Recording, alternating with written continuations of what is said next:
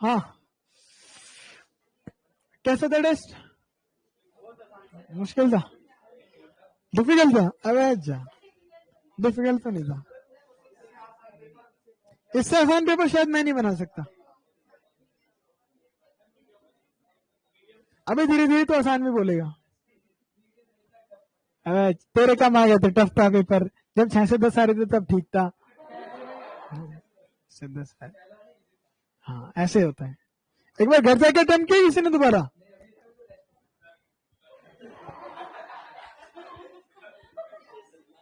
तेरे नंबर कैसे कम रह गए स्नेहा 160 आने के बावजूद भी? अच्छा प्रीति कौन है? प्रीति इस बार दिया था तुमने टेस्ट? प्रीति, प्रीति था, क्या नाम था? कौन है? कौन है? आज नहीं आई? उसके 355 है बायो में। हाँ 355 बायो में उसके। तो गलत था क्वेश्चन? फिर ठीक।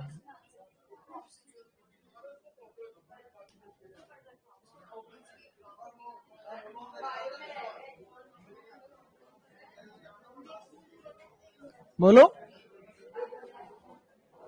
चल बहुत बातें हो गई, अब नहीं करेंगे।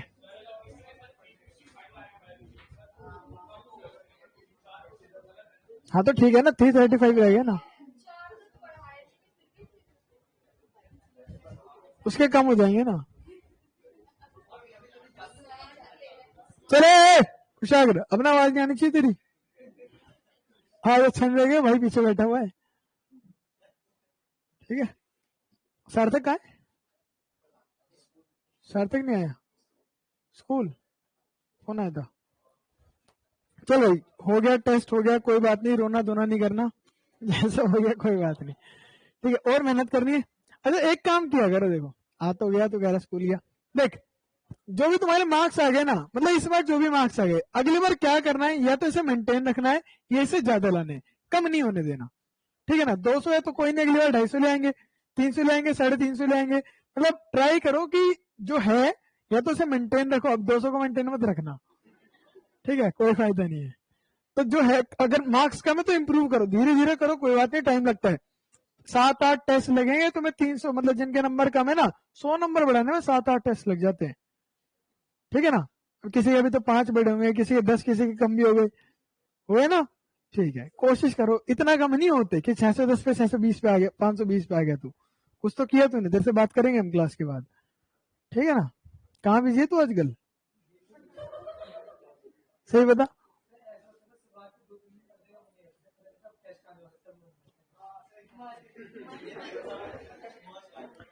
तेरे मन के बारे में क्लास के बाद बात करेंगे। फिलहाल हम नया चैप्टर स्टार्ट कर रहे हैं। The name of this chapter is Newton's laws of motion. ठीक है ना, तो फिलहाल अगले 2 घंटे तक किसी की आवाज नहीं आनी चाहिए। अरे एसी पे हटा दिया वहां से। चलो अच्छा चल बस इस पूरे चैप्टर में हमें किसके बारे में पढ़ना है? फोर्स के बारे में। फोर्स के बारे में बाद में देखते हैं, पहले न्यूटन्स के 3 नियम ही देख लेते हैं। कितने नियम है न्यूटन्स के? किसी को लगता है 4 है? नहीं, 3 होते हैं। ठीक है ना, पहला लॉ क्या होता है न्यूटन्स का, सारे बच्चे एक्सप्लेन करेंगे एक बार मुझे जल्दी। Also known as law of inertia. क्या बोलता है? कोई भी ऑब्जेक्ट अपनी स्टेट ऑफ मोशन को अपनी कब तक चेंज नहीं करेगा। और अगर एक्सटर्नल या नेट एक्सटर्नल, बहुत डिफरेंस है एक्सटर्नल में और नेट एक्सटर्नल में। मान लिया एक बंदा 50-60 फोर्स लग रही है, लेकिन सबका रिजल्टेंट 0 हो गया, क्या अपने स्टेट को चेंज करेगा? तो object will keep its state of motion until there is some external force acting on the object. ठीक है ना, ये हमारे क्या कहलाता है? न्यूटन्स का पहला law, also known as law of inertia. बोलो क्या बोलता है? The object will keep its state of motion, its state of motion until बोलो there is some net external force acting on the object। बात समझ में आ गई? क्लियर है? कोई भी ऑब्जेक्ट अपनी स्टेट ऑफ मोशन को कब तक चेंज नहीं करेगा जब तक कोई फोर्स नेट फोर्स एक्ट नहीं करेगी। अगर रेस्ट पे तो किस पे रहेगा, मोशन में तो किस में आएगा। और ये किसी आइडियल केस के लिए नहीं है, बिल्कुल प्रैक्टिकल केस के लिए। किसके लिए, अगर तुम्हें कभी लगता हो कि ये 3 लोग कहीं फेल होते हो, ये कभी भी फेल नहीं होते, बल्कि अगर ये जहां फेल होते हैं इन्हें सेटिस्फाई कराने के लिए वहां पर हम एक नई फोर्स को इंट्रोड्यूस कर देते हैं, लेकिन फेल नहीं होने देंगे, क्योंकि किसने बोले थे, तो फेल कैसे होने देंगे भाई, ठीक है ना। सेकेंड लॉ किसकी बात करते हैं, न्यूटन का सेकेंड लॉ, ये थोड़ा खास होता है। It says that the net force acting on an object is rate of change of momentum। किसी भी ऑब्जेक्ट पर जो फोर्स लगती है वो किसका रेट ऑफ चेंज होती है, मोमेंटम का। That means the net force the is equals to dp by dt। कैसी क्वांटिटी है, तो दोनों पे क्या लगा दिया, एरो। p हमारे क्या होता है, कैसा मोमेंटम, लीनियर या एंगुलर, पक्का ना। What is the formula of linear momentum, mass into velocity. देख इस फोर्स से ही हमारा न्यूटन का पहला लॉ भी बड़े आराम से ड्राइव हो जाता है। देख कैसे ड्राइव होगा, जब तक फोर्स नहीं लगेगी तब तक वो अपना मोमेंटम चेंज, और जब तक मोमेंटम चेंज नहीं करेगा तब तक उसकी स्टेट ऑफ मोशन भी चेंज। मान लिया अगर रेस्ट पे, किस पे, तो वेलोसिटी कितनी है, कब तक जीरो रहेगी।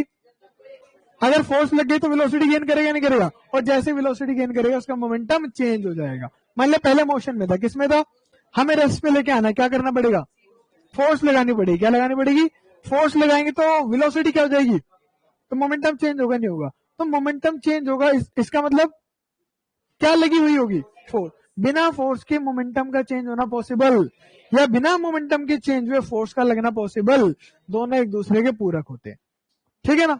बात समझ में आ गई। तो चेंज इन मोमेंटम किस पे डिपेंड करता है, एक्सटर्नल फोर्स पे। किस पे डिपेंड करता है, मोमेंटम एक्सटर्नल फोर्स पे डिपेंड नहीं करता, कौन डिपेंड करता है, चेंज इन मोमेंटम। बात समझ में आ गई। और जो डायरेक्शन नेट फोर्स की होती है वही डायरेक्शन किसकी होती है, मोमेंटम या change in momentum, again change in momentum. बात समझ में आ गया। तो this is Newton second law. यहां पर मोमेंटम क्या होता है, मास इनटू। अब इसके दो केस बनते हैं। केस वन जो जनरल केस होता है, जब मास क्या रहता है, कांस्टेंट, मास इज कांस्टेंट। अच्छा मैं इसको मोमेंटम को क्या लिख सकता हूं, जल्दी बोलना, मास इनटू डिवाइड बाय, अगर मैं डिफरेंशिएट करूं तो क्या आएगा, m dv by dt plus v dm by dt। देख भाई अगर मैं मानता हूं मास और वेलोसिटी दोनों वेरिएबल है, क्या मानता हूं, मास और वेलोसिटी दोनों, और अगर हमारे पास दो वेरिएबल होते तो हम डिफरेंशिएट कैसे करते, एक को कांस्टेंट रखते हैं दूसरे का डिफरेंशिएशन, प्लस फिर दूसरे को कांस्टेंट रखते हैं पहले का डिफरेंशिएशन। तो पहले किसे डिफरेंशिएट किया, m dv बाई dt, फिर प्लस v dm बाय, पहले वाले केस में मैंने क्या मान रखा है, मास क्या है, मास कांस्टेंट होने का मतलब है dm by dt will be, क्या मास में कोई चेंज आएगा तो उसका रेट ऑफ चेंज भी कितना रहेगा, 0 रहेगा। ये पूरी क्वांटिटी क्या हो जाएगी, तो फोर्स किसके बराबर हो जाएगा। अच्छा अगेन ये फोर्स है या नेट फोर्स है, किसके बराबर हो जाएगा, m dv by, and I hope ये dv बाय dt सब पहचानते होंगे, क्या होता है, acceleration. The force can be written as mass into कैसी क्वांटिटी, तो जो डायरेक्शन फोर्स की वही डायरेक्शन फोर्स की है, नेट फोर्स की, या फिर जो डायरेक्शन एक्सेलरेशन की वही डायरेक्शन किसकी है। मान लो एक बंदा मुझे इधर 10 न्यूटन से खींच रहा है, एक बंदा 100 न्यूटन से खींच रहा है, किधर जाऊंगा, तो ये किसकी डायरेक्शन हो गई, एक्सेलरेशन। और यही डायरेक्शन किसकी है, क्यों, 100 माइनस 10 इट विल बी, तो इधर क्या आ गया, नेट फोर्स। बात समझ में आ गया, पक्का, बहुत अच्छा, ठीक है। तो अगर हमें कभी भी एक्सेलरेशन निकालना हो, क्या निकालना हो, कैसे करेंगे हम, net force divide by mass, ठीक है ना, ऐसे करेंगे ना, नेट फोर्स डिवाइड बाय, लेकिन एक कब वैलिड है, और ज्यादातर केसेस में मास कांस्टेंट रहता है, लेकिन कुछ केसेस होते हैं जहां पर मास कांस्टेंट है।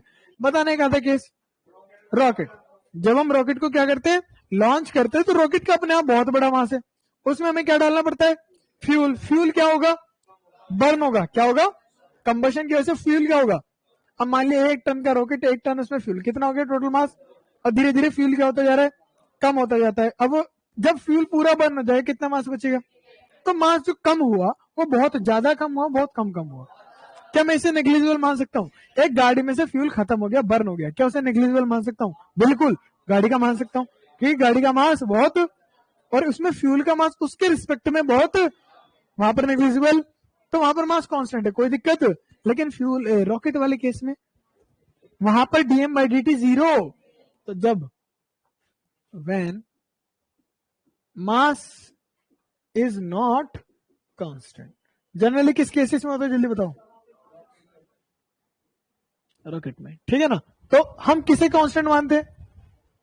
Because to need a rocket, अगर हम किसी रॉकेट को ऊपर भेजना तो उसे कांस्टेंट वेलोसिटी देते हैं, generally known as escape velocity, generally known as escape velocity.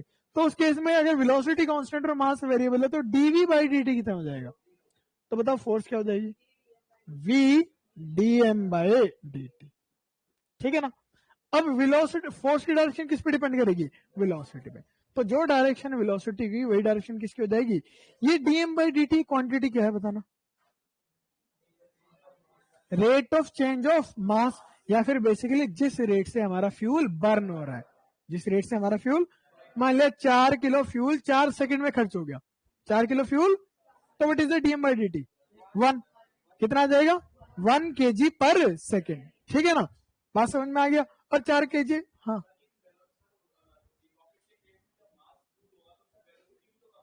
क्या, क्यों?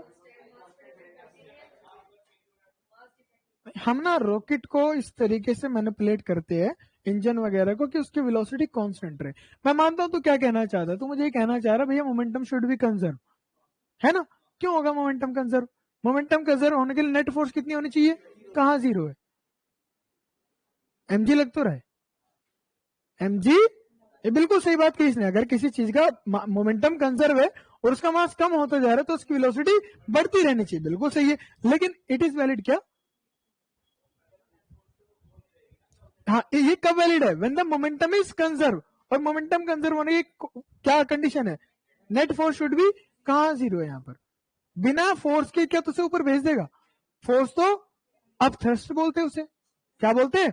अरे रॉकेट जमीन पे फोर्स लगेगा तभी तो कहां जाएगा? ऊपर। तो नेट फोर्स जीरो नहीं है भाई साहब यहाँ पर। इसी वजह से मास कम होने पर वेलोसिटी नहीं बढ़ेगी। हाँ बिल्कुल, नहीं नहीं नहीं नहीं नहीं, कम नहीं होता जाएगा क्यों फोर्स? वो तो फोर्स कांस्टेंट रहेगा ना। अब दो फोर्स है यहाँ पर, एक तो अब थ्रस्ट और एक ग्रेविटी। अब थ्रस्ट तो कांस्टेंट रहेगा लेकिन ग्रेविटी कम होती जाएगी, ऊपर होता जाएगा, ग्रेविटी कम होती जाएगी। समझ गया ना? बिल्कुल बिल्कुल। और ये सिनेरियो ना पता कब का होता है? जब बिल्कुल लॉन्च करते हैं। ये सिनेरियो उस टाइम का होता है जब उसे लॉन्च करते हैं, बाद की क्या बात है उसके बारे में हम नहीं पढ़ते, ठीक है ना। This is the launching scenario. कौन सा? सही स्पेलिंग है ना? क्या बाहर जाने के बाद क्या आ रहा है? वहां तो फिर बहुत चीजें आ जाती है। क्या उसकी खुद की ग्रेविटी है? क्या सिर्फ अर्थ की ग्रेविटी बची है? यार और भी चीजें, और भी प्लेनेट है, वो भी अट्रैक्ट करेंगे, फिर तो बहुत अलग अलग सिनेरियो है, बहुत अनसर्टेनिटी है, उतनी चीजें हम नहीं देखते, ठीक है ना। इसी फोर्स को हम क्या बोलते हैं? क्या? नहीं, हमने कब बोला? वेलोसिटी मास पे डिपेंड नहीं करेगी, लेकिन किस पे डिपेंड करेगी? क्या? Rate of change of mass पे बिल्कुल डिपेंड करेगी, रेट ऑफ चेंज ऑफ, क्योंकि जितना ज्यादा फ्यूल बर्न होगा वो उतना ही ज्यादा अप थ्रस्ट लगाएगा, उतना ही ज्यादा हमारा रॉकेट एक्सेलरेट होगा और कम टाइम में उतनी ज्यादा वेलोसिटी गेन करेगा, ठीक है ना। बिल्कुल मास पे डिपेंड कौन करेगा? वेलोसिटी करेगी, ठीक है ना। तो दिस इज सेकंड लॉ। एक बार और देखते हैं क्या बोलता है सेकंड लॉ। अच्छा, बहुत बच्चे सोचते हैं कि the second law is net force equals to mass into acceleration. ये नहीं होता, क्या होता है? Change in momentum with respect to, अच्छा वो याद है स्लोप एक्सेलरेशन, स्लोप और एरिया याद है? भूल गए? बताना एक बार। स्लोप मतलब डिफरेंशिएशन। आइए सरकार, फूल वूल बिछा दो यार, जल्दी आ गया।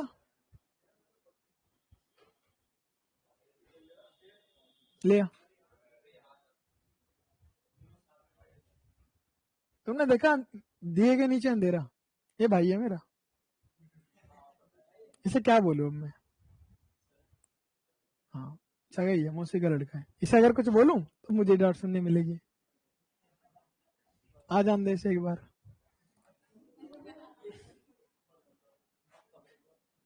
चलो, तो net force equals to DP by D T. जल्दी बैठ जा, कहां था तू? Net force equals to net force equals to net force equals to DP by rate of change of linear momentum with respect to differentiation. हमें क्या देता है? स्लोप देता है। तो किस किस का स्लोप क्या देगा बताओ? मोमेंटम और टाइम का स्लोप किस किस के एरिया क्या देगा? इंटीग्रेशन हमें एरिया देता है, तो फोर्स और टाइम का एरिया हमें क्या देगा? Change in momentum. यार कैसे भूल जाते हो? कुछ भी मोमेंटम नहीं दे। मयंक नहीं? अरे भाई एक बार चेहरा दिखा एक बार। हाँ, पूरे साल में मैंने कभी इसका चेहरा नहीं देखा। मैंने कहा था ना कि बच्चा था, डाउट लेना है, तो यही है वो। आज देखा है मैंने दूसरी बार। ठीक है, कोई बात नहीं, कोई बात नहीं। तो बिना मास्क के आएगा मैं तब भी नहीं पहचानूंगा। चलो ठीक है ना। इससे पहला जब मास कांस्टेंट होता है तो क्या ड्राइव होता है? तो net force equals to mass into acceleration. This is valid when the mass is otherwise when the velocity is constant mass is variable. Generally for the rocket cases हम क्या लिखते हैं? Force equals to F V D M by. अच्छा, velocity बहुत बड़ी होनी चाहिए, बहुत छोटी होनी चाहिए? बहुत ज्यादा। शुड बी इन किलोमीटर पर second. Should be in kilometre, मतलब मीटर पर सेकंड में तो रॉकेट को भेजने का चांस ही नहीं है। 11.2 जनरली होती है, लेकिन मैंने पहले बता रखा कि इसे अचीव करना पॉसिबल नहीं है। हम और तरीके यूज करते हैं, वो बता रखे मैंने ग्रेविटी में, दोबारा बता देंगे। तो ये सेकंड लॉ है। अब किसकी तरफ चलते हैं? क्या बोलता है न्यूटन का थर्ड लॉ? सबको ही पता होगा। Every action has an equal क्या क्या क्या उसे अपना मास कम करते रहना पड़ेगा ना। अब एक बात बता, लाइक फ्यूल हम एक टैंकर में लेके गए और वो फ्यूल खत्म हो गया। अब उस टैंकर का लोड क्यों झेलना भाई? उसे छोड़ देते। बहुत सारे कुछ लेके जाते हैं हम, धीरे धीरे क्या करते रहते हैं यार। जब उसका काम खत्म, उसे छोड़ दो, क्यों वेट बढ़ाना है? ऊपर ले जाने के लिए पावर भी तो ज्यादा देनी पड़ेगी ना फिर। क्या क्या थोड़ा सा सडन इंक्रीज मिल जाता है, हाँ फिर कांस्टेंट हो जाती है। Every action has an equal and opposite reaction. अबे कैसी बात कर रहे हो? एक बात बता, मैंने तुझे कहा कि यहां से एक काम कर, अपने घर जा। अरे थमो, रुक जाओ रुक जाओ। मुझे ये नहीं समझ में आता, एक बच्चा मुझे बोलता है सर अगर हम चांद पे गए वहां फ्यूल खत्म हो गया। अरे हम पागल है क्या? चांद पे जा रहे हो, कम फ्यूल लेके जाएंगे?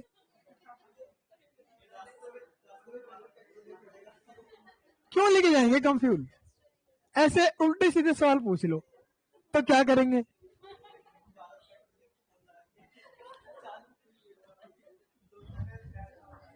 हाँ अच्छा, एक्शन क्या होता है? बस एक्शन क्या होता है और रिएक्शन भी क्या होता है, ठीक है ना। अच्छा, ये एक्शन और रिएक्शन पेयर जनरली हम बोलते हैं कि हर एक्शन का क्या होगा? रिएक्शन। एक्शन रिएक्शन पेयर एक बंदे पे नहीं लगते। एक बंदा एक्शन देता है और उसे रिएक्शन मिलता है, तो एक पे लग रहे, दो बंदों पे लग रहे हैं। तो ये एक बॉडी हुई, दो बॉडी हुई, तो क्या नेट फोर्स जीरो होगी एक बंदे पर? नहीं। एक बंदे पर नेट फोर्स, मैंने बॉल दीवार पे फेंक के मारी, बॉल दीवार पे, तो बॉल दीवार पे क्या लगाएगी? Force. That will B action. दीवार उसका क्या देगी? तो बॉल पे भी फोर्स लगी और दीवार पर भी फोर्स लगी। ना तो बॉल पे नेट फोर्स जीरो है और ना ही दीवार पे। लेकिन अगर मैं सिस्टम को देखूं तो नेट फोर्स कितनी हो जाएगी? तो मोमेंटम सिस्टम का कंजर्व होगा, बॉल का कंजर्व होगा। बात समझ में आ गई? कोई दिक्कत है क्या? उसे क्यों? हाँ, अगर ये सही कह रहा है, अगर जिसने बॉल को थ्रो किया अगर उसे मैं किस में डाल दूं तो बिल्कुल भी नेट फोर्स कितनी हो जाएगी? अभी भी जीरो रहेगी। क्यों? जब तो बॉल को थ्रो करेगा तो बॉल को कहां फेंक रहा है, तुझे क्या मिलेगा? रिकॉइल। तेरा मोमेंटम चेंज नहीं होगा। मिलेगी नहीं मिलेगी? रिकॉइल वेलोसिटी वही तो है। बॉल इज थ्रोन, या गन को क्या किया? फायर किया, रिकॉइल मिलेगी तो पीछे जाएगा नहीं जाएगा? हाँ, एक चीज को मान ले, फ्रिक्शन नहीं है। अगर फ्रिक्शन को मानता है तब नहीं कंजर्व होगा। अब कुछ ना कुछ फोर्स रह जाएगी, कौन सी? फ्रिक्शन वाली रह जाएगी। ठीक है ना, क्योंकि वो कैसी है, बहुत बढ़िया। तो every action has an it's equal and opposite reaction. Action भी यहाँ पर फोर्स है और रिएक्शन भी यहाँ पर। एक्शन कोई और लगाता है और जो एक्शन लगाता है उस पर क्या लगती है, रिएक्शन। तो एक बंदे पर नहीं लगती, दो अलग अलग बंदे पे, दो बॉडीज पे लगती है। इसलिए एक बंदे पे नेट फोर्स 0, उस सिस्टम पे नेट फोर्स 0 होती है और उस सिस्टम का ही मोमेंटम क्या होता है, कंजर्व। बात समझ में आ गया, पक्का, कोई दिक्कत है यहां तक? चलो तो बताओ एक बार अगेन, पहला लो क्या बोलता है, क्योंकि ये 3 लो ही मेरे पूरे के पूरे चैप्टर को पढ़ाएंगे, इनके बिना मैं एक्सप्लेन नहीं कर पाऊंगा। पहला लो क्या बोलता है, जब तक नेट फोर्स 0 है तब तक वो अपनी स्टेट को चेंज। कुछ बच्चों को लगता है नेट फोर्स 0 होने का मतलब है रेस्ट पे होना। ये नेट फोर्स 0 होने का क्या मतलब है, अपनी स्टेट को कीप कंटिन्यू करना, अपनी स्टेट को। अगर मोशन में था तो मोशन में रहेगा, और अगर रेस्ट पे था तो, जैसे हमने टर्मिनल वेलोसिटी में देखा था, एक ऑब्जेक्ट आ रहा था, बीच में उसकी नेट फोर्स क्या हो गई थी, 0, तो वहां पर जो उसकी वेलोसिटी थी उसी वेलोसिटी से नीचे आता रहा, 0 नहीं होता ना। कुछ बच्चों को लगता है बैलेंस का नेट मतलब फोर्स बैलेंस का मतलब होता है रेस्ट पे होना, नहीं होता।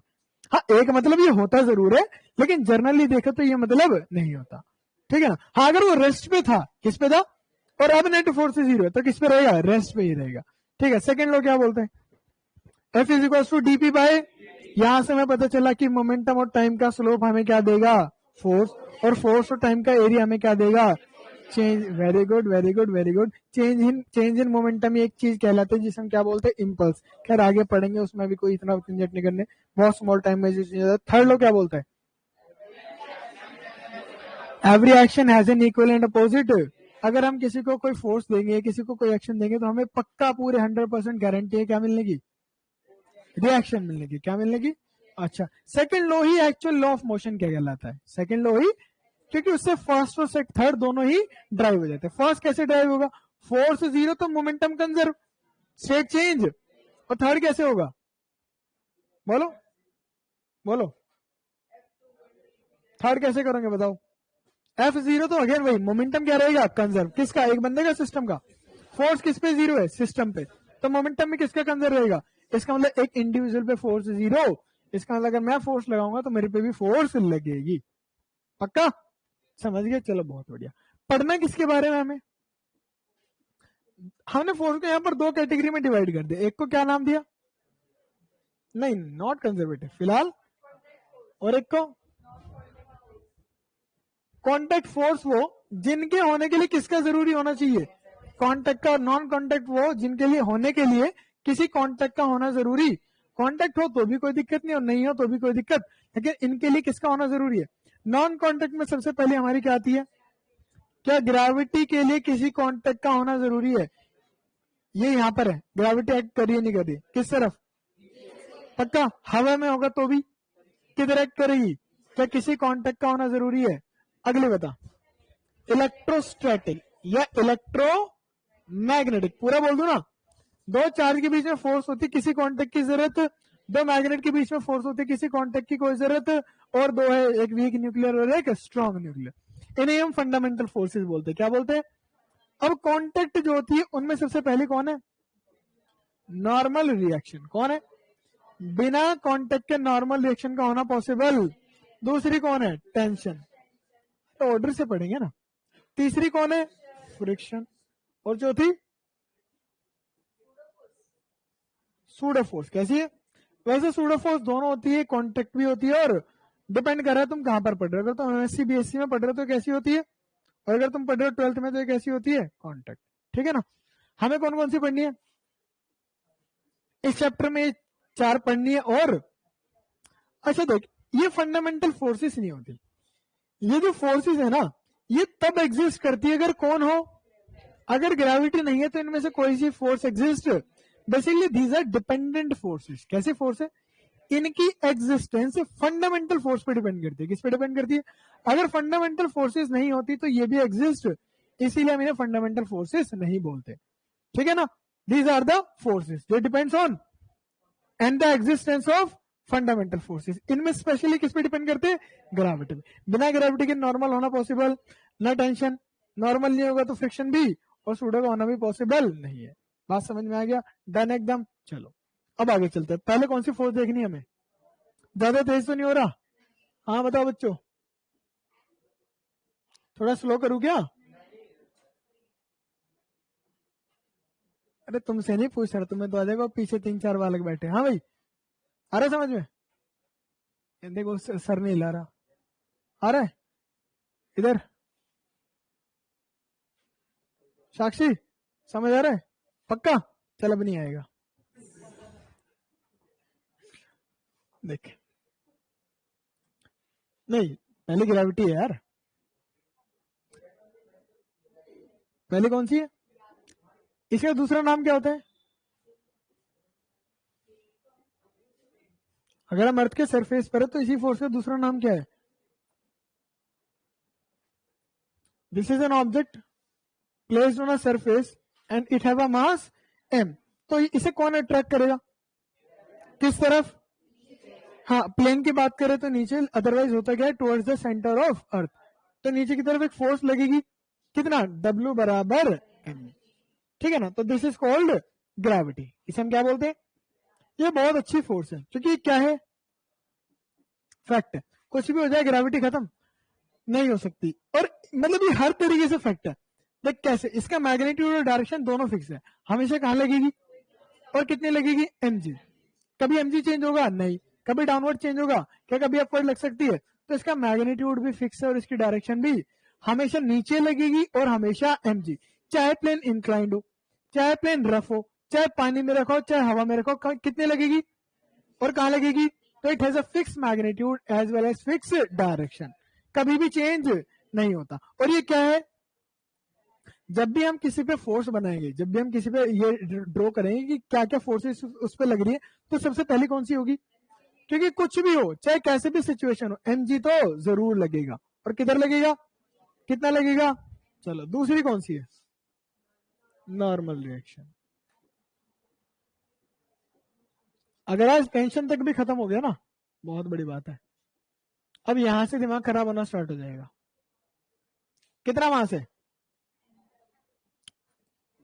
क्या एक्ट कर रहा है इस पे, किधर एक्ट कर रही है, अभी नॉर्मल रिएक्शन तो हमने पढ़ा ही नहीं, हमें पता ही नहीं नीचे की तरफ क्या एक्ट कर रही है, ग्रेविटी कितनी एक्ट कर रही है।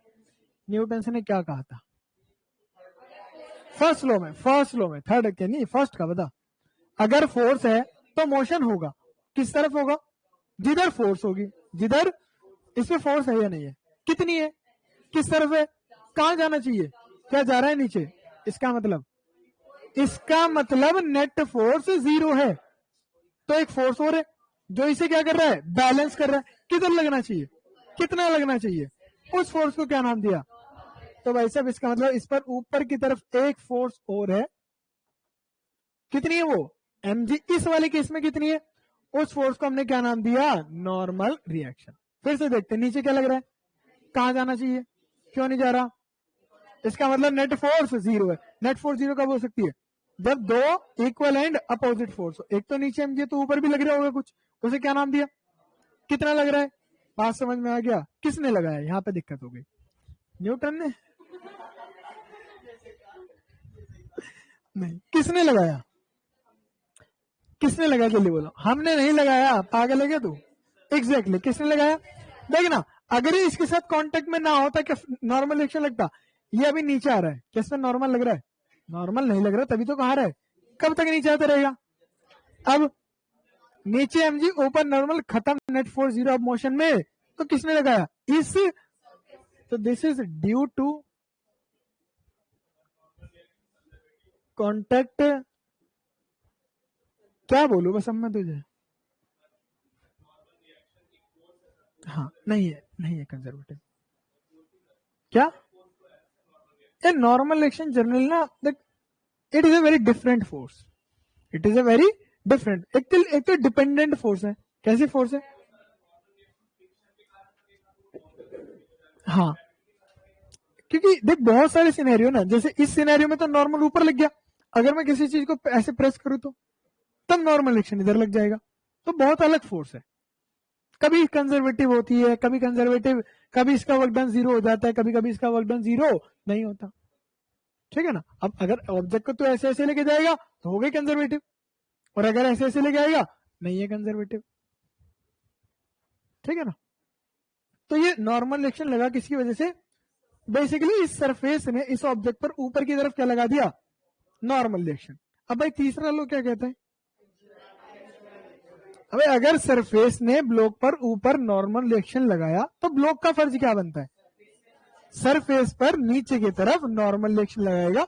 तो एक फोर्स होगी या नहीं होगी यहाँ पर, कितनी, एन, किसके बराबर, एम जी के। यहां तक सबको क्लियर है। या नेट फोर्स कितनी होता ना, 0 है या एम जी है। ऑब्जेक्ट पर, ब्लॉक पर भी 0 है। अभी समझाएंगे ब्लॉक का, वैसे हमें कोई लेना देना नहीं है। फिर से एक बार देखते हैं, ये फोर्स कैसे आई तुम्हें समझा लगा, किसने लगाई, बोलो, सेम है ऑब्जेक्ट और ब्लॉक, यही तो कंफ्यूजन होती है। ये ऑब्जेक्ट है, और सॉरी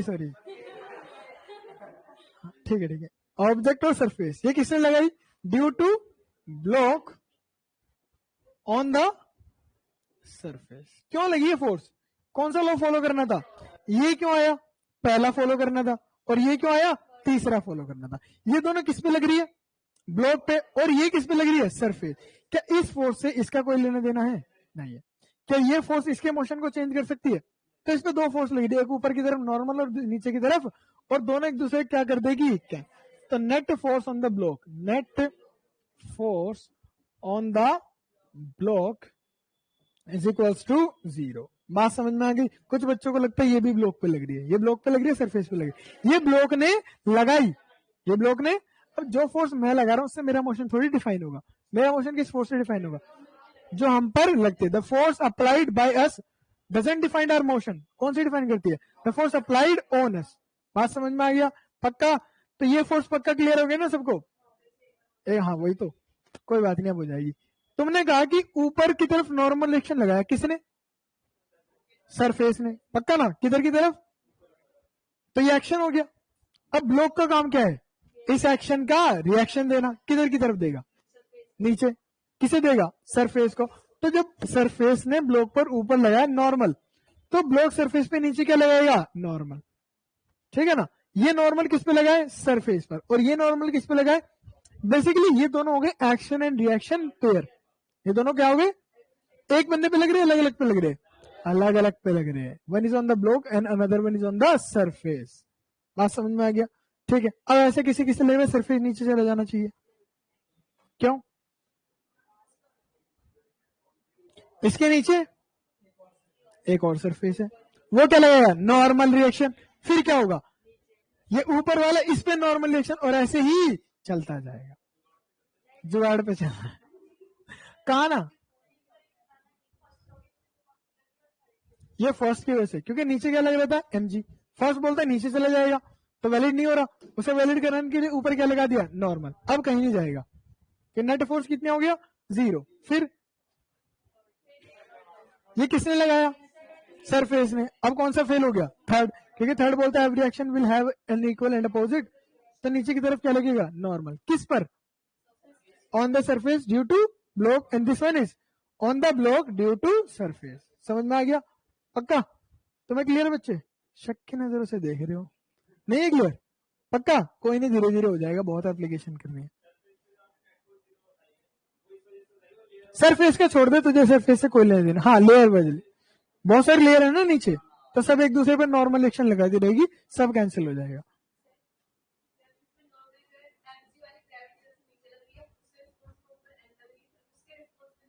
ये इसके रिस्पॉन्स में नहीं लग रहा, वही तो समझा रहा हूं, ये इस पर नहीं लग रहा, ये किस पे लग रहा है, देख, नीचे ग्रेविटी लग रही थी, ये इंडिपेंडेंट है बिल्कुल। कैसी फोर्स है, इंडिपेंडेंट है। इसने इस पर नीचे एमजी लगा दिया, ठीक है ना, तो इसने उस पर क्या लगा दिया, नॉर्मल रिएक्शन, क्योंकि इसे नीचे नहीं जाने देगा। हाँ, ये तो ब्लॉक पे लगी, ठीक है, किसने लगाई, मतलब सरफेस ने ब्लॉक पे 4 न्यूटन ऊपर लगा दिया। अब ब्लॉक का क्या फर्ज बनता है, सरफेस पे नीचे, यही तो है वो, ये ब्लॉक पर नहीं लग रही। किसे किसे क्लियर हो गया ये वाली फोर्स, इससे अच्छा तो मैं इसे पढ़ाऊंगी ना, बहुत बच्चे कंफ्यूज होते हैं, नहीं वो मुझे क्लियर, अब क्लियर हो गया, नीचे एमजी ऊपर खत्म, ठीक है ना, बहुत बढ़िया।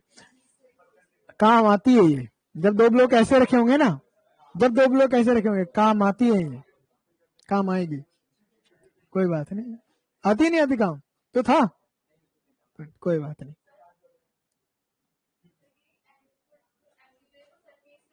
हाँ, due to surface on the, सिर्फ नॉर्मल रिएक्शन ही थोड़ी सी दिक्कत देती है समझने में, ठीक है ना। और उसमें भी जब मैं एन बताता हूँ, ठीक है, अगली बार से मैं बताऊंगा नहीं किसी बच्चे को एन। ये हरिओम श्रीओम का है, और नमन आज भी नहीं आया, क्या हुआ, कल टेस्ट भी नहीं दिया ना उसने, चलो कोई नहीं। हाँ, तो जो नॉर्मल रिएक्शन है इसका नाम क्या है पता है, नॉर्मल नाम क्यों है इसका, क्योंकि प्लेन की क्या लगती है, परपेंडिकुलर, इसकी क्या लगी है, परपेंडिकुलर, कितना एंगल बनाती है, किसके साथ, सरफेस, कौन सा सरफेस, कॉन्टेक्ट सरफेस, तो it is always always perpendicular to the contact surface, हमेशा कॉन्टैक्ट सरफेस के साथ किसमें रहती है, परपेंडिकुलर रहती है, ठीक है ना। लेकिन इसका कोई फिक्स मैग्नीट्यूड, इसका magnitude situation to situation change होता है। एक और सिचुएशन देखते हैं, फिर देखते हैं कैसा प्लेन है, कितना एंगल है, यहां पे एक ब्लॉक रखा है कितने मास का, एम मास का। पहला काम इस पे क्या लग रहा है भाई साहब, परम सत्य खंड सत्य फैक्ट कभी नहीं बदलने वाला, कहां लगेगा, कितना लगेगा, कुछ बच्चे ऐसे लगा देते हैं, किधर लगेगा, कितना लगेगा, कोई दिक्कत है, जाएगा कहां पर ये, इसका मतलब जो भी नेट फोर्स होगा, क्योंकि मोशन किस तरफ होता है, नेट फोर्स की तरफ, किस तरफ होता है, तो नेट फोर्स इस तरफ आएगी। अब इसके दो कंपोनेंट कर ले, अच्छा कोई और फोर्स भी एक करेगी इस पे, सरफेस के कितनी, अब इसके दो कंपोनेंट कर सकते हैं, ये थीटा ये वाला 90, ये वाला, और ये पूरा 90 है, तो ये कितना हो जाएगा, पक्का समझ में आया, एक बार और, थीटा 90, 90 माइनस, और ये 90 है, तो ये कितना हो जाएगा, थीटा, तो this component will be mg and this component will be, अब तुम बताओ ब्लॉक के अंदर घुस जाएगा, ऊपर चल जाएगा, इसका मतलब n किसे बैलेंस कर देगा, तो normal reaction is equals to mg, in this case in net force कितना आ गया, तो net force will be mg sin theta, and as per Newton second law net force is equals to, तो what is the acceleration of a block on an inclined plane, g sin, G 90 हो गया तो free fall 90 degree angle G के बराबर हो जाएगा, और 0 हो गया तो हॉरिजॉन्टल सरफेस एक्सेलरेशन 0, ठीक है ना, समझ में आ गया, बहुत अच्छे। हाँ अच्छा, हाँ हम उसी की बात कर रहे थे, पहले नॉर्मल रिएक्शन कितना था mg, अब कितना है, तो ये वेरिएबल है, कांस्टेंट है, किस पे डिपेंड करता है, सिचुएशन, कि भाई वो फिनोमिना क्या है, उस टाइम पे सिचुएशन किस तरीके की है, लेकिन डायरेक्शन चेंज वो हमेशा क्या रहेगा, प्लेन के परपेंडिकुलर, कैसा प्लेन, कॉन्टेक्ट सरफेस, कैसे सरफेस, बात समझ में आ गई, पक्का डन है, फिलहाल सब कुछ भूल जाओ, दो फोर्स कर रही है बस अब तक, कौन कौन सी, ग्रेविटी और पहला पूरा भूल जाओ, लिखने को नहीं आने वाला तुम्हारे में, ओए याद करना है, तुम्हारे में आएगा लिखने के लिए, पर तुम्हारे भी शायद पेपर ऑब्जेक्टिव ही होंगे, चलो कोई नहीं। अच्छा अब हमें क्या देखना है, फ्री बॉडी देखना है, क्या दो तीन स्टेप है उसके, वो स्टेप देख लो। देख फ्री बॉडी डायग्राम कैसे बनाते हैं, फ्री बॉडी डायग्राम कुछ नहीं करता, बस थोड़ी सी कैलकुलेशन को आसान भी नहीं करता, मतलब ये होता है कि जो कंफ्यूजन क्रिएट हो जाएगी ना उसी डायग्राम में, उसे अवॉइड करने के लिए हम दोनों का क्या बना देते हैं, फ्री बॉडी डायग्राम। अगर तुम करना चाहो तो उसी पे कर सकते हो, और हम वहीं पर करेंगे। फ्री बॉडी डायग्राम क्या था, कि किसी भी ऑब्जेक्ट का अगर तुम्हें फ्री बॉडी डायग्राम बनाना है तो उसे किस में कन्वर्ट कर लो, तो पहले कन्वर्ट इनटू पॉइंट ऑब्जेक्ट, फिर क्या करना है, उस पर जितनी फोर्स एक्ट करी है उन सबको ड्रॉ कर दो, draw the all the forces acting. तीसरा, फिर उन सबसे क्या निकालो और उसे किसके बराबर पुट कर दो, और वहां से क्या आ जाएगा, एक्सेलरेशन। समझ में आ गया ना, चलो ऐसे मैं फिर से बोल रहा हूं, किसी काम करने चलो इसका फ्री बॉडी डायग्राम बनाते हैं। पहले मास किस में कन्वर्ट कर लिया, बताओ क्या लग रहा है, नीचे और इधर, अब इन दोनों में क्या बनाए, निकाल देंगे नेट, और उसे किसके बराबर कर देंगे, एम ए, मास इंटू, अच्छा जिसका फ्री बॉडी डायग्राम बनाएंगे मास भी उसी का आएगा। फोर्स भी जो उस पर लग रही है, जो उससे लग रही है उस पर लग रही है, force applied on the object, ठीक है ना। और बिल्कुल उसी तरीके से बनाएंगे जिस तरीके से बन रखी है, ज्यादा छेड़छाड़ हम। और एक टाइम पर हम एक ऑब्जेक्ट का फ्री बॉडी डायग्राम बनाते हैं, कितने का, बहुत बच्चे।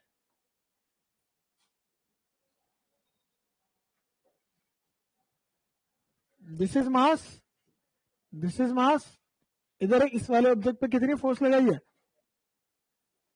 एक सरफेस पर रखे हुए। कहां मूव करेंगे बताना मुझे, कोई फ्रिक्शन नहीं है। जब तक मैं फ्रिक्शन इंट्रोड्यूस नहीं करूंगा तब तक कोई फ्रिक्शन नहीं है।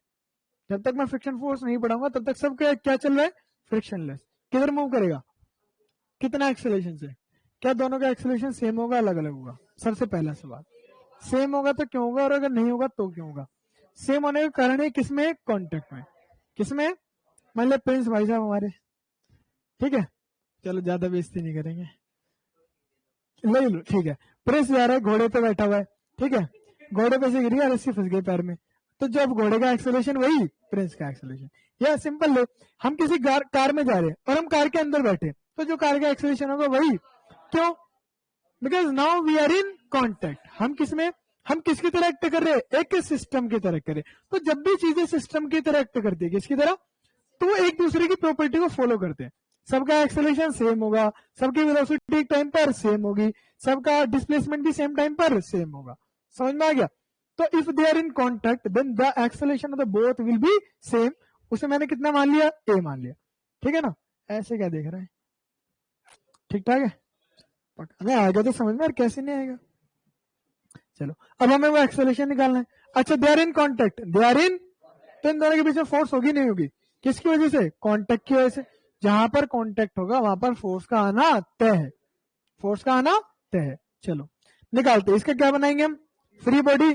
पहले किसका बनाते हैं, चलो कैसे बनाना होता है, और फिर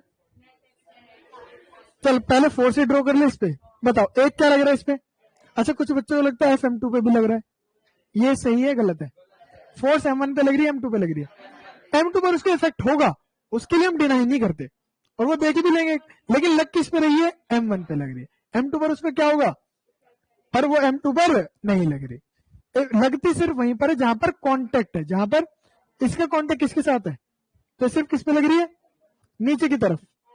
भाई शुरुआत यहीं से करनी है, क्योंकि यहां से शुरुआत करोगे तो बाकी सब अपने आप होता जाएगा। फिर इसके साथ कांटेक्ट में, तो ऊपर क्या लगेगा, क्या नाम दिया, क्या और किसी के साथ भी कांटेक्ट में, किसके साथ, तो M2 भी क्या लगाएगा, एक और नॉर्मल रिएक्शन। फोर्स बोल दू, किस तरफ लगाएगा बताना, इधर की M2 M1 पर, इधर लगाएगा इधर लगाएगा, क्यों, क्योंकि इसके मोशन को रोक रहा है, और पेंडिकुलर तो लगेगी, क्योंकि इसके मोशन को M2 क्या कर रहा है, M1 के मोशन को अपोज कर रहा है, और M1 M2 का मोशन करवा रहा है, M2 का मोशन, तो M1 M2 पर आगे की तरफ लगाएगा, और उसका एक्शन का रिएक्शन कौन देगा, किधर की तरफ, इतना बढ़िया काम करवा रहा है। तो इस इधर किस पे लगेगी, M1 पे, और इधर किस पे लगेगी, इसे मैंने क्या बोल दिया, F, इक्वल एंड अपोजिट होते हैं ना, तो मैग्नीट्यूड F दे दिया, उससे कोई दिक्कत है। चलो अब क्या बनाते हैं, FBD किसका बनाएंगे, किस में कन्वर्ट कर लिया, नीचे, ऊपर, इधर, स्मॉल f किधर लगेगा, बोलो, अरे बोलो, साक्षी नींद आ रही है, नींद आ रही है, साक्षी नींद आ रही है, लग तो रहा है ऐसा। इधर कितना लगेगा, स्मॉल f। अच्छा किधर जा रहा है हमारा ऑब्जेक्ट, इसका मतलब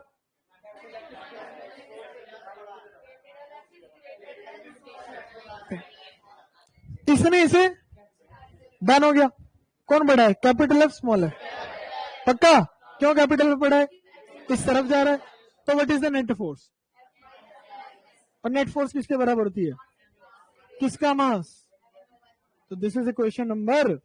अब किसका बनाएंगे, इसमें नीचे, ऊपर, और M1 लगाएगा किस तरफ, तो बनाओ इसका फ्री बॉडी डायग्राम, नीचे M2G, ऊपर इस तरफ फोर्स, क्या और कुछ लग रहा है यहां पर, ये से क्या कर देगा, तो नेट फोर्स कितना आ गया, और नेट फोर्स बराबर मास इनटू एक्सेलरेशन। क्या एफ की वैल्यू यहां पर पुट कर सकता हूं, तो we will get M A is equals to F minus M two A, इधर लिया A common,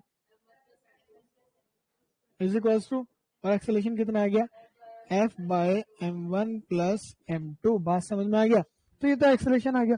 can we find the force between M one and M two? What is the force between M one and M two? Small F, उसका formula क्या है M2, और I guess हम ए निकाल चुके।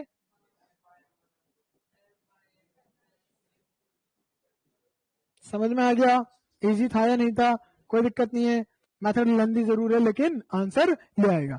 ये तो 2 ब्लॉक हो गया, कितने का करते? 4 का करे? कौन बोल रहा है 4 का?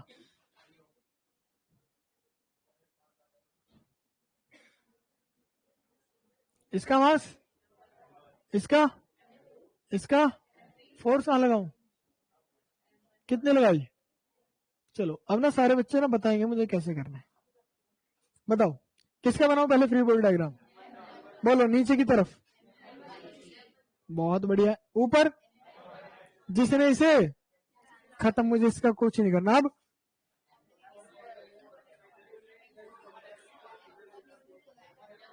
बोल, बता।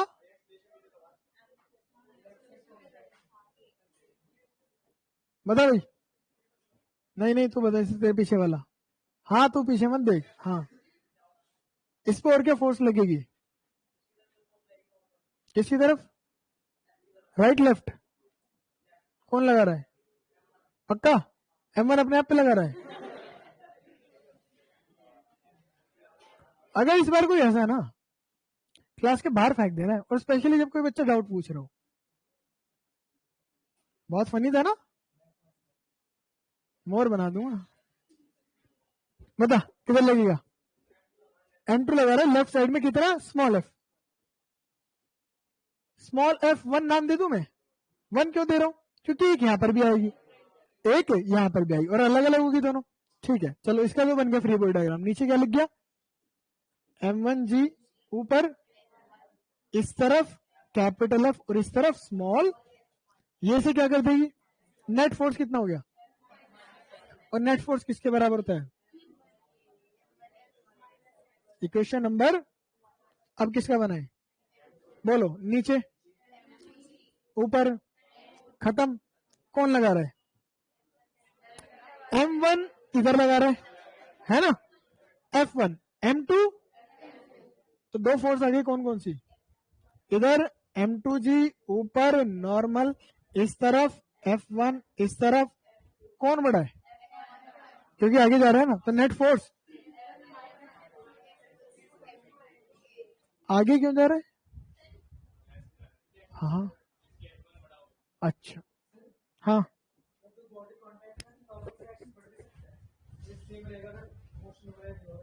नॉर्मलाइजेशन किस पे डिपेंड करेगा? एफ पर, और इन सब के मास पे। ए चेंज कर दो, चेंज हो जाएगा। अगर मैं एफ लगाएंगे तो नेट फोर्स कितनी है? 0। कांटेक्ट में है, नॉर्मलाइजेशन आएगा ही नहीं। नहीं क्यों आएगा बता? क्या कांटेक्ट में तो एमजी किसे बैलेंस करने के लिए, नॉर्मलाइजेशन किसे बैलेंस करने के लिए आया था? किसे करने के लिए आया था?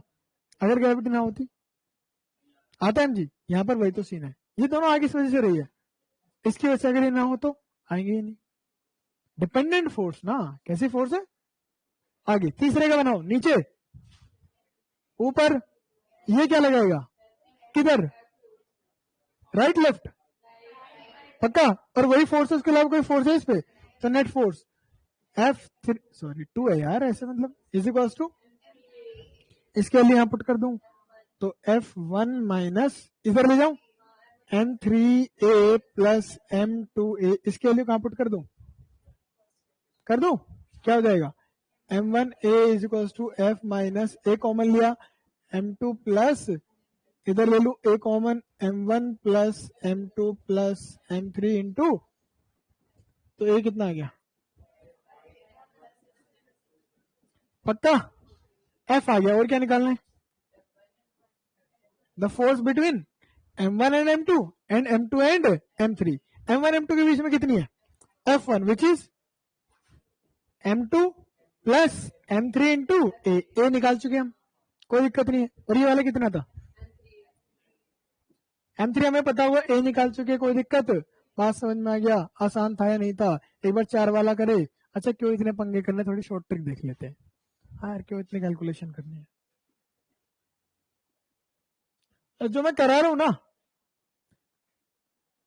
मैं पूरा न्यूटन लॉस ऑफ मोशन इसी से कराऊंगा, तो इसी पे थोड़ा सा ध्यान देना, ठीक है ना। कितने मास है, m1 m2 m3 m4, ये सब किस में, कांटेक्ट में होने की वजह से किसकी तरह एक्ट करेंगे, इस पे इधर की तरफ हम कितनी फोर्स लगा रहे हैं, F, कांटेक्ट में है या नहीं है, उसकी वजह से किसकी तरह एक्ट करेंगे।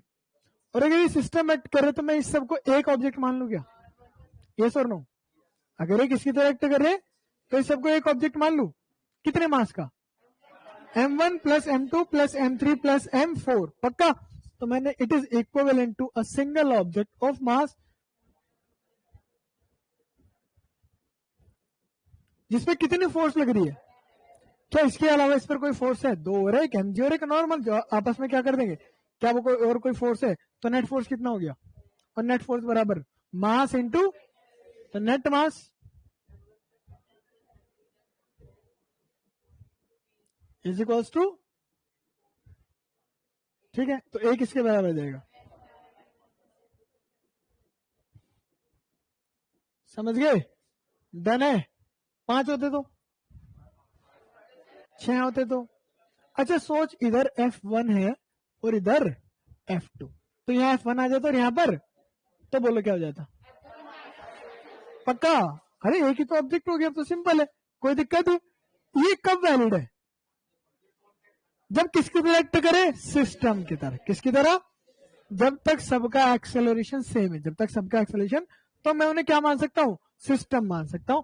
और सिस्टम का एक्सेलरेशन हम देख कैसे निकालते हैं, the acceleration of the system is equals to net force on the system on the divide by total mass of the, तो जब भी हमारे पास सिस्टम होगा तो मैं एक्सेलरेशन इसी तरीके से निकालूंगा, कोई दिक्कत, बात समझ में आ गई। ऊपर क्या होगा, नेट फोर्स किस पर, on the system divide by किसका, ऑफ द सिस्टम। क्या मैं किसी का भी एक्सेलरेशन निकाल सकता हूं, कोई दिक्कत है, एक्सेलरेशन हमारे लिए दिक्कत था भी नहीं, दिक्कत क्या थी, उनके बीच की फोर्स, वो तो अलग अलग है ना, यस और नो। चलो अब उसका भी देख लेते हैं, नहीं इट इज नॉट नेसेसरी, बस किस में होना चाहिए, मतलब ऐसा देख कि 4 ब्लॉक को रस्सी से बांध दिया, किससे बांध दिया, और आगे वाले को भगाना स्टार्ट कर दिया, जितनी स्पीड से आगे वाले भागेगा उतनी स्पीड से, क्यों, अब उल्टा कर दे, 4 ब्लॉक का ऐसे आगे वाले को धकेलना स्टार्ट कर दे, क्या होगा, कितनी स्पीड से, सेम स्पीड, एक्सेलरेशन भी, ठीक है ना। और जब भी चीजें सेम होती है तो किसकी तरह एक्ट करते हैं, वही ना, प्रिंस को रस्सी से बांध दिया था हमने, समझ गया ना। पहले मूवीज होती थी ना बॉलीवुड में, तुम्हारे टाइम तो, तुम तो बच्चे हो, तुम्हारे टाइम पे नहीं होते थे। शोले देखी तुम लोगों ने, कल्ट क्लासिक, चलो बढ़िया, शोले, कहाँ थे हम, हाँ, सूर्य नाम मतलब उसका, वैसे मूवी अच्छी है, वो बोर नहीं होते उसे देख के। अरे मूवी डिस्कस नहीं हो रही है, फिजिक्स पढ़ रहे, सामने ध्यान दे, सामने ध्यान दे, इसका मास, इसका मास, इसका, इधर कितनी फोर्स लगाई, बताओ एक्सेलरेशन,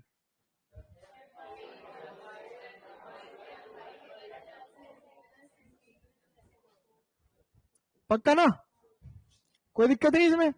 अब क्या निकालना है, the force between the masses, पहले किस किस के बीच की,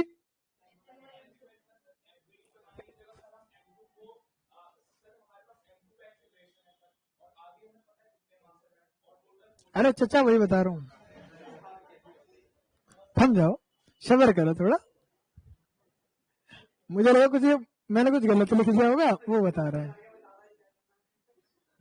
इनके बीच में मैंने कितनी फोर्स मान ली, स्मॉल f1, इन दोनों के बीच में, इन दोनों के बीच में हमें किस किस की वैल्यू निकालनी है,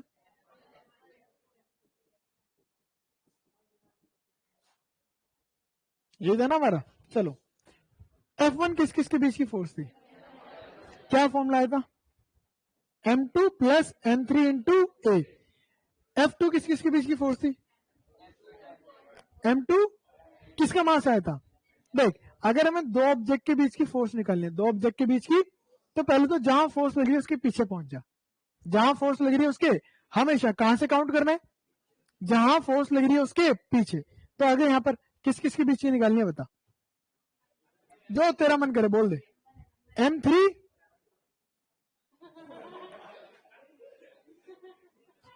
किस किस के बीच, हाँ M3 एंड M2। तो देख, अरे चाचा आगे मत बोलो मुझे,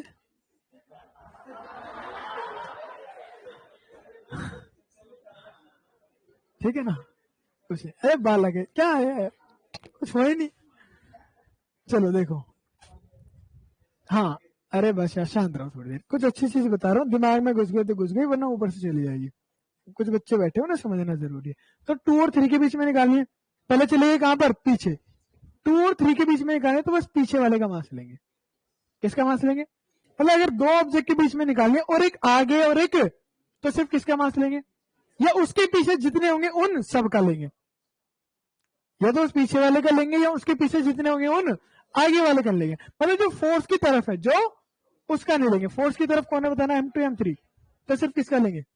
अब किस किस के बीच में निकालनी, फोर्स की तरफ कौन है, बचा कौन, तो M2 प्लस M3 इंटू ए।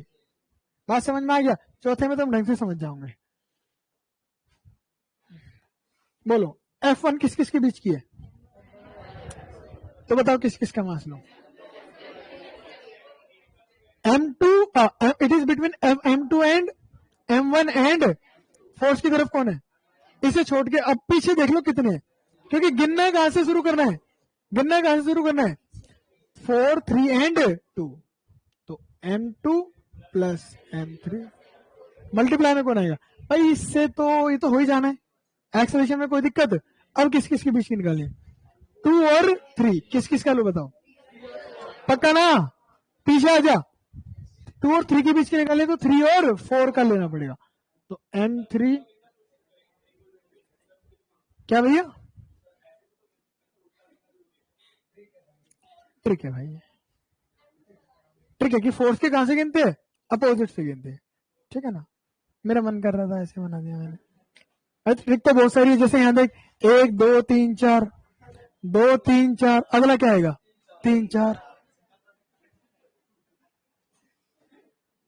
है ना अच्छी। यहाँ पर क्या आएगा बोलो, इसके और इसके बीच में M4 इंटू ए, ठीक है ना, समझिए, ये ज्यादा अच्छा था। पर उसके लिए M1 M2 M3 तुझे डिसाइड करना पड़ेगा। अगर उसने दे दिया, मान लिया फोर्स यहां लगा दी, अब हो गया नहीं हो गया उल्टा, ठीक है ना। और F1 F2 उसने दे दिया अपने अकॉर्डिंग, तो तभी कह रहा हूं कहां से शुरू करना है, पीछे से, वरना मैं ये भी बता देता, इसीलिए तो नहीं बताया, क्योंकि कई बार वो क्या करता है M4 पर फोर्स लगा देगा और इसकी वाली फोर्स को F1 दे देगा, अब तो हो गया दिक्कत, समझ गया, पक्का डन है। एक बार 5 का देख ले, नहीं यार 5 बहुत है।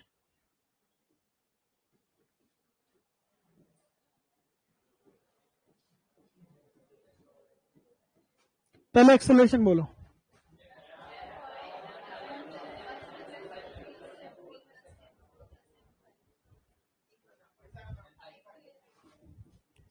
अब बोलिए भैया उससे आगे वाले ले लो, अब बोल, ऐसे ही तो देगा, अब बोल भैया उससे आगे वाले ले लो, तो ठीक है M4 से आगे वाले क्या क्या जाएगा, M5, हो गया नहीं हो गया गलत।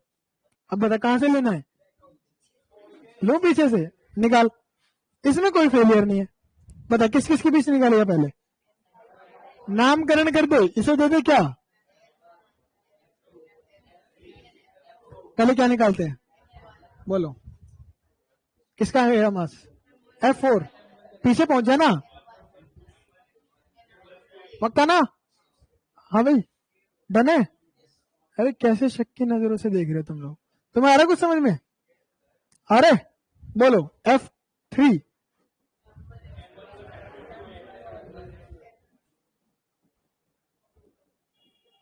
अब बोलो F2, टू किसके बीच में, 4 और इन तीनों को लेना पड़ेगा।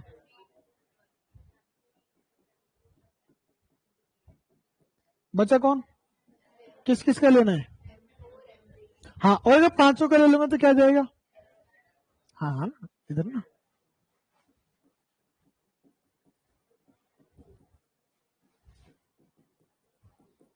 बात समझ में आ गई?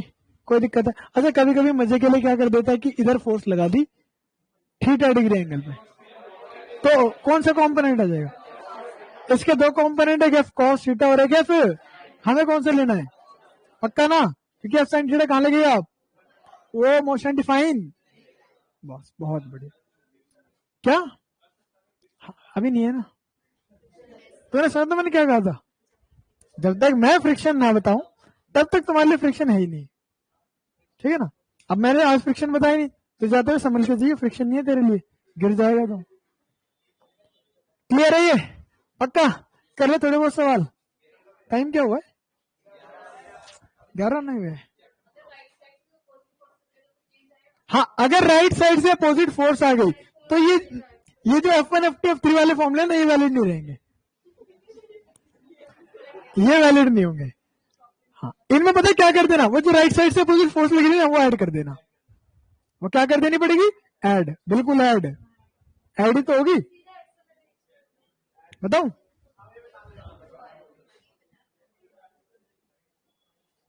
दो का ले लू ना, M1 M2 इधर की तरफ, F1 इधर की तरफ, F2, ठीक है ना?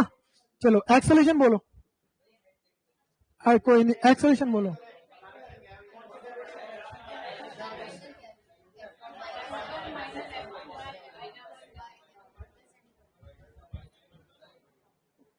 बहुत बढ़िया। अब क्या निकालना है इन दोनों के बीच की? किसी स्मॉल F1। अब किसी भी एक का फ्री बॉडी डायग्राम बना लो, जिसका तुम्हें बनाना हो, जिसका तुम्हारा मन करे। किसका बनाए? M1 का बना ले, चल M2 का बना ले, जो तुम्हारा मन करे उसका बना लो। तुम कह रहे हो तो मैं M2 का बना देता हूँ। नीचे ऊपर, हालांकि इससे मुझे कोई लेने देना, और इधर की तरफ स्मॉल एफ, यही तो निकालना है ना। यही किसके बराबर होगा? किसके बराबर होगा? मास इंटू, बहुत बढ़िया, तो ये भी है, कोई दिक्कत नहीं। बड़ा कौन है? स्मॉल एफ, तभी तो आगे गया। अरे इसे आगे पुश कर रहा है ना, कितनी फोर्स है? स्मॉल एफ, तो नेट फोर्स कितना आ गया? किसके बराबर?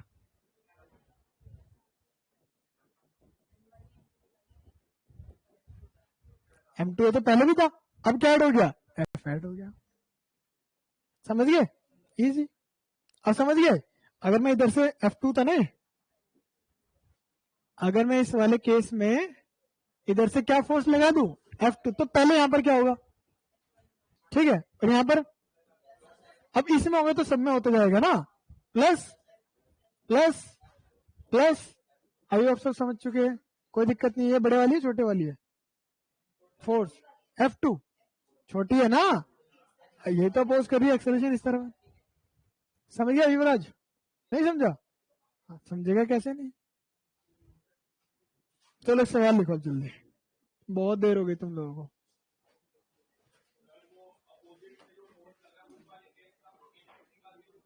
क्या? हाँ बिल्कुल नहीं, मैंने तो इसलिए बताया कि जो ट्रिक थी उसे मॉडिफाई किया है। तरीके तो बहुत है, किसी का भी ये नेट निकाल ले, किसी का भी फ्री बॉडी डायग्राम बना दे, वहां से आ जाएगा।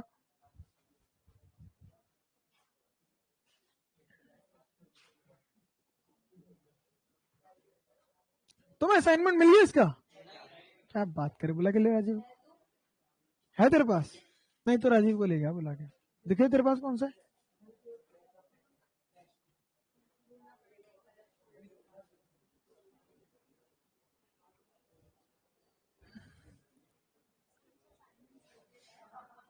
वापस चल ले।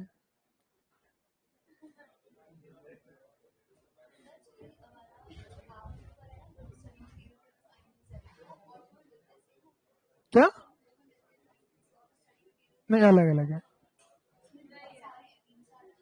ऐप पर जो स्टडी मटेरियल है ना, और जो हम डीपी पे देते हैं, अलग अलग है वो। किसके लिए? हाँ WPS कर ले, या डॉक वो कर ले, डॉक करके कुछ होता है, WPS कर ले, एडोब फाइल में भी हो जाएगा शायद। ये तो बेकार है, ये नहीं चाहिए।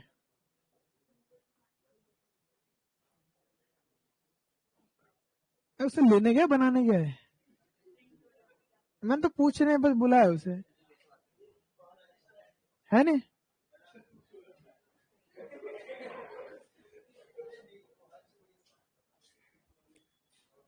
चलो भैया आ गए।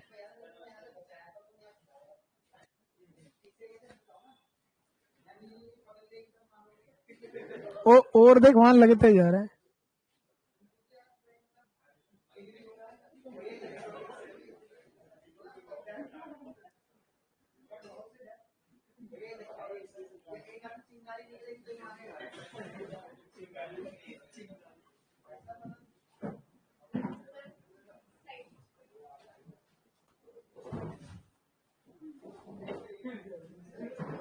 नहीं है समझ में? आ गया, वीडियो आएगी। आज तो पॉसिबल नहीं है।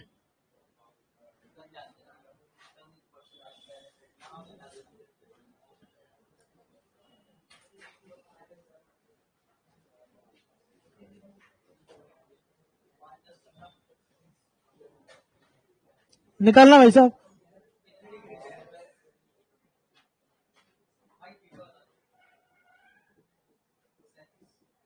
Find the acceleration. Also find the force between 5 and 10 and 10 and 15. मन करे तो 5 और 15 के बीच में भी निकाल देना। Find the acceleration. Also find the force between 5 and 10 and 10 and 15. सब कुछ निकालना है, एक्सेलरेशन और इनके आपस की म्यूचुअल फोर्स।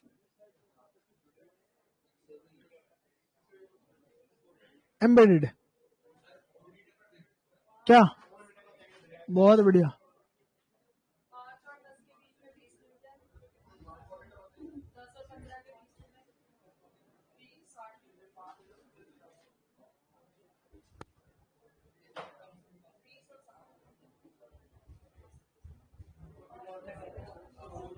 हाँ जी सार्थक, निकाल।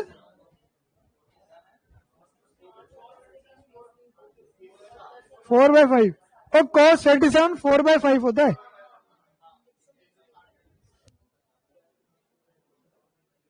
चार 20 60,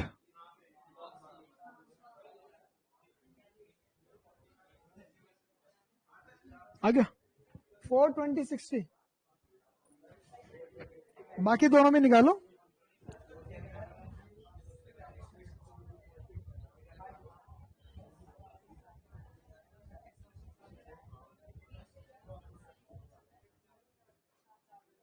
करो जल्दी।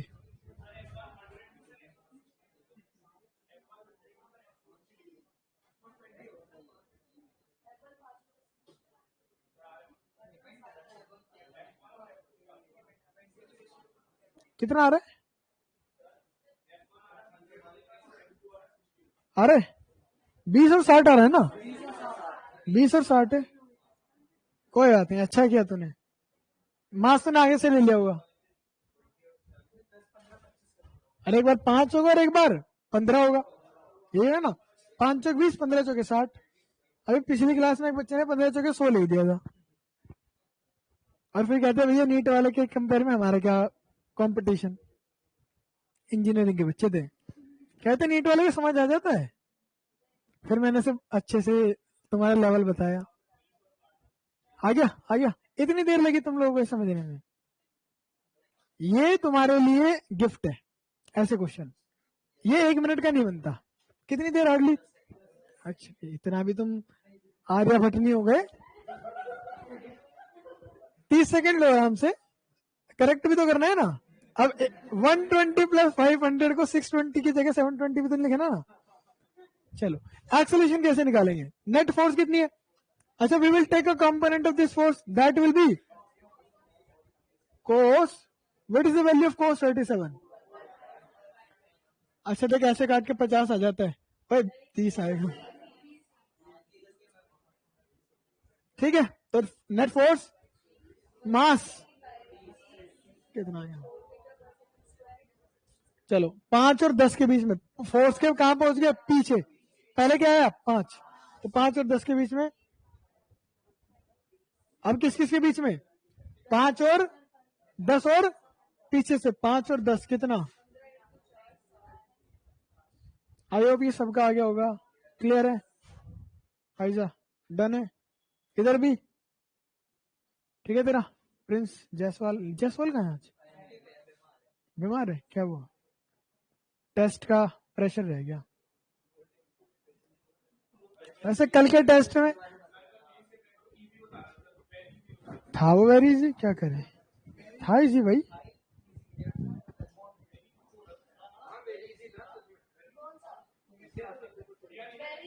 कल 180 का पेपर था, पूरे 180 में से।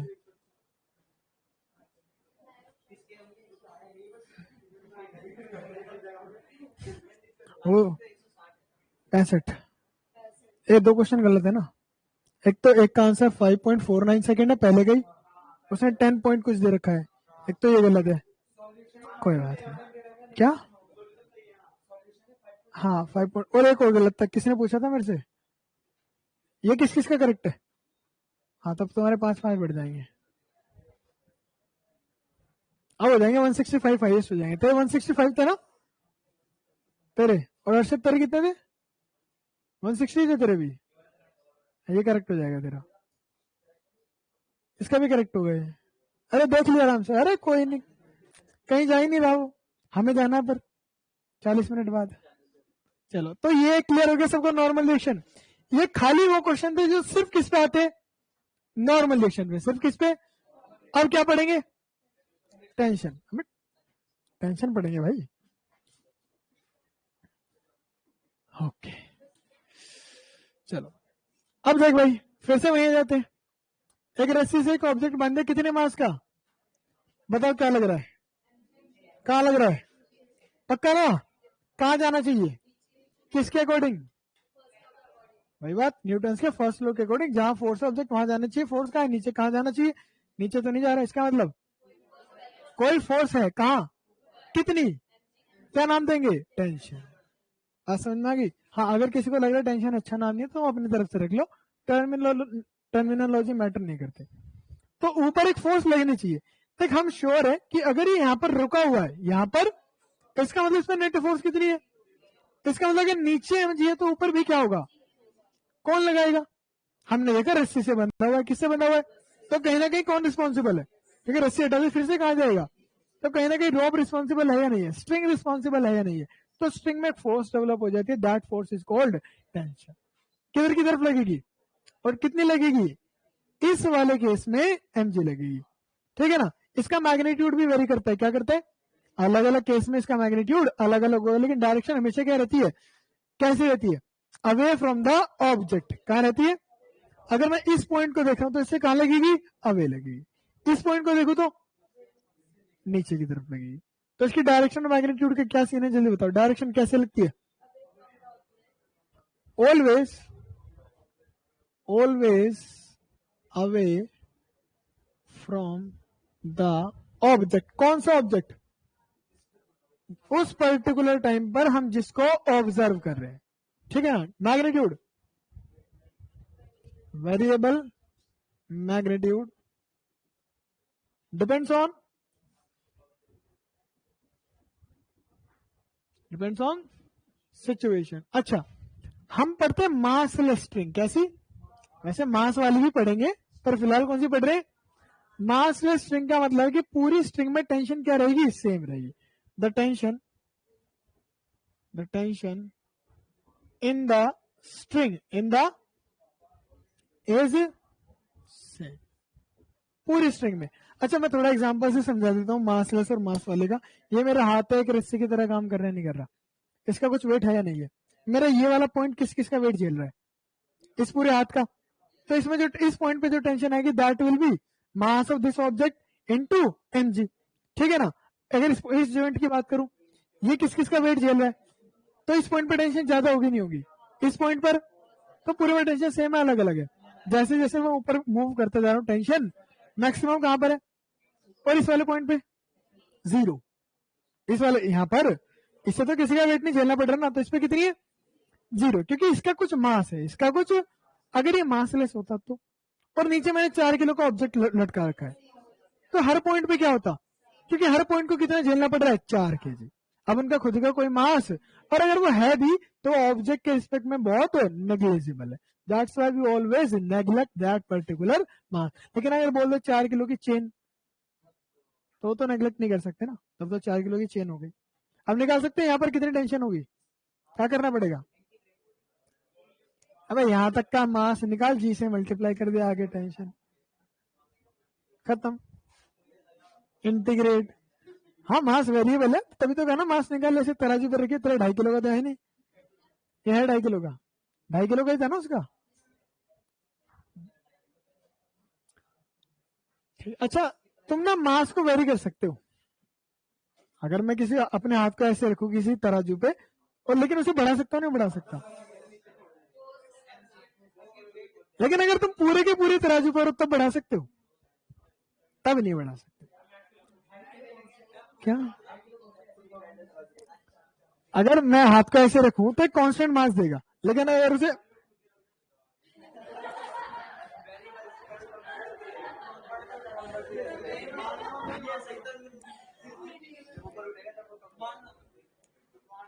यहाँ रखा नहीं गया कुछ, आवाज आ रही है, ओ इसकी बैटरी खत्म हो गई, बैटरी लिए, बैटरी हाँ सेल लिया, हाँ तो एक काम कर कूद लियो, फिर क्वेश्चन करियो। हाँ तो ये टेंशन है, ठीक है ना, मैग्नीट्यूड वेरी करता है, डायरेक्शन हमेशा फिक्स रहती है, पॉइंट से कहां रहती है, अगर स्ट्रिंग कैसी है मासलेस, तो पूरे में टेंशन सेम रहेगी, डायरेक्शन अलग अलग हो सकती है लेकिन टेंशन सेम रहेगी। एक एग्जांपल से हम देख लेते हैं, डायरेक्शन का बताता हूँ कैसे करते हैं।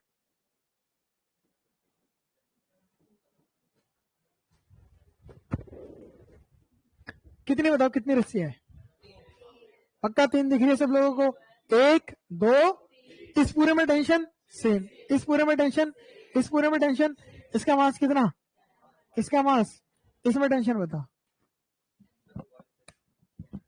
तभी देगा क्या वापस, उसे बोल दो भी वो चल रहा है, थोड़ी बहुत बैटरी है उसमें, वो ले आओ, क्या दे दो यार,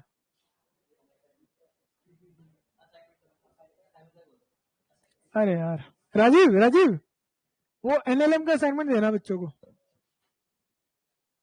और पिछले साल जो M3 में था वो देना है, नहीं अभी नहीं,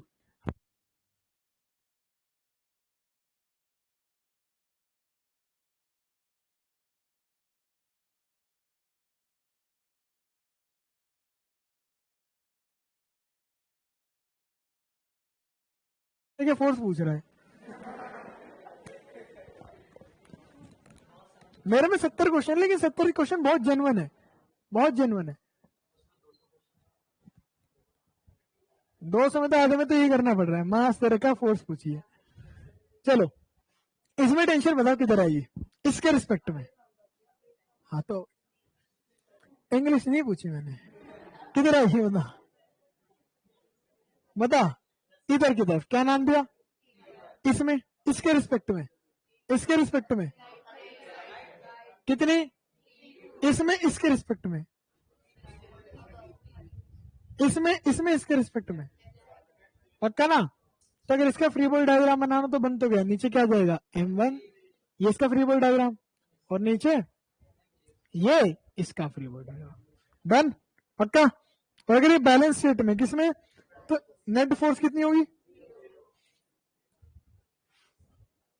ठीक है ना, चलो पक्का। अब टेंशन पे क्वेश्चन करे,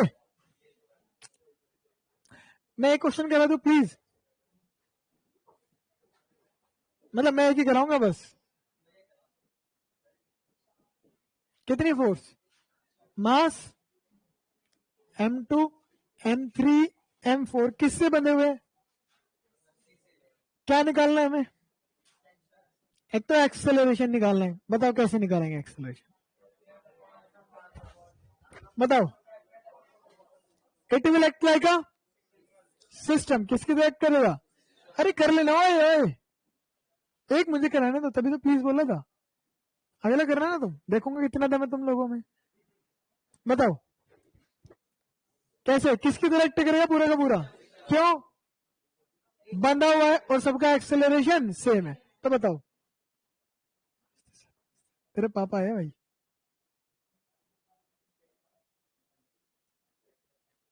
ठीक है, बताओ एक्सेलरेशन क्या हो जाएगा? फोर्स, क्या फॉर्मूला है एक्सेलरेशन ऑफ द सिस्टम का?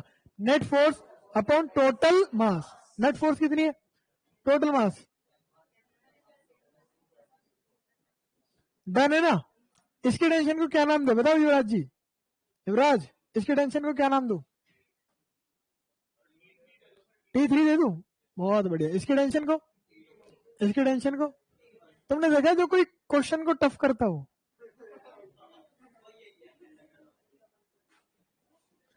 T3 के लिए किस किसका मास है बताओ? मास की कहां, फोर्स कहां लग रही है? उसके कहां से? अरे वही है, बिल्कुल वही तो ही है। बस पहले क्या थे, अब क्या है? बंधे हुए। पहले जो म्यूचुअल फोर्स थे वो टेंशन है। मेरा तो नहीं गिराया। एक ये दीदी मेरे पास सैलरी भी मिले, बहुत टाइम हो गया। ठीक है ना? फोर्स आ गई, उसके कहां पहुंच गए? पीछे। जिसका तुम्हें जिस स्ट्रिंग की टेंशन निकाली है उसके पीछे देख लो कौन मास है उसके। इसके पीछे कौन है? T2 बोलो। पर गिनना कहां से? गिनना कहां से? जहां फोर्स लग रही है उसके पीछे से। अब बताओ, हमें ए आएगा। अब बोलो। और ए को आई गेस हम निकाल ही चुके हैं। और अगर यहां पे F2 लगा दे which is smaller than F1 तो ठीक है ना? समझ में आ गया? और यहां पर क्या हो जाएगा? F कर दे थीटा डिग्री एंगल पे तो नहीं, थीटा वर्टिकल के साथ है ना इस बार। थीटा वर्टिकल के साथ है पक्का। क्या नाम है भाई तेरा? नाम अभिषेक। अच्छा, तेरे डाउट था। ठीक है, आसान है या नहीं है? बिल्कुल सेम चीज है या नहीं है? तो देखो एक सवाल जल्दी। 3 मास, अबे 3 ब्लॉक बना लो। देख ऐसे ब्लॉक बनाने होते हैं ऐसे। क्या क्या सिखाऊं यार मैं तुम लोगों को, मुझे ये नहीं समझ में आता। नहीं 3 नहीं, 2 बनाओ।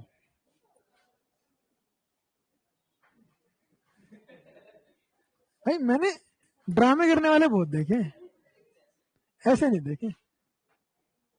एक और थी वो चली गई। ये 5 kg का और ये वाला 10 kg का। इस पे अगर कितनी फोर्स लग रही है? 100 न्यूटन। कितनी लग रही है? अबे केस तो सुन लो, नोट करने लग गए। पहले 100 न्यूटन फोर्स लगी 10 kg पर। कितने केजी पे? तो इसमें कोई टेंशन आई T1। सेकेंड केस में 100 न्यूटन फोर्स किस पे लगी है? 5 kg वाले पे। तो टेंशन कितनी आई? इन दोनों क्या बताना है? रेशियो। समझ में आया क्वेश्चन? मतलब ये पहला सिनेरियो। दूसरा कौन सा है?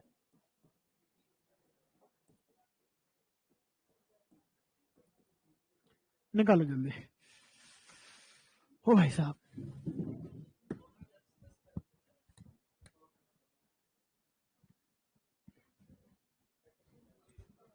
पूरे 2.5 रुपए का सवाल है। बहुत बढ़िया भाई। आगे 1/2 और हो गया ना 20 सेकंड में? नहीं आया ना? 0 जाएगी। अब चल, क्यों जाएगी 0? अगर टेंशन 0 के वो आगे कैसे जाएगा?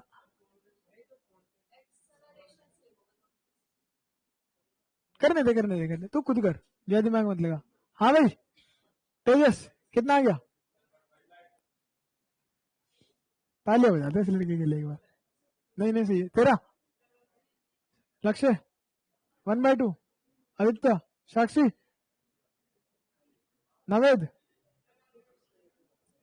शर्म कर लो थोड़ी सी। नहीं है?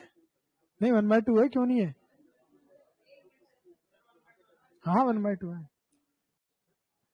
आइया,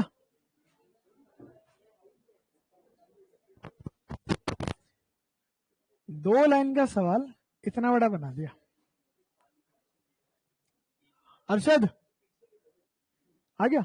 असद, जतेन, एक तो ऐसे पीछे छुप के बैठता कि दिखता नहीं, आगे बैठा कर। कितना आ गया? चलो निकालते, सामने ध्यान दो, अरे सामने ध्यान दो। क्या करूं मैं इसका? उसे कह रहा हूं। इसमें कितनी टेंशन आ गई? इसमें कितनी है?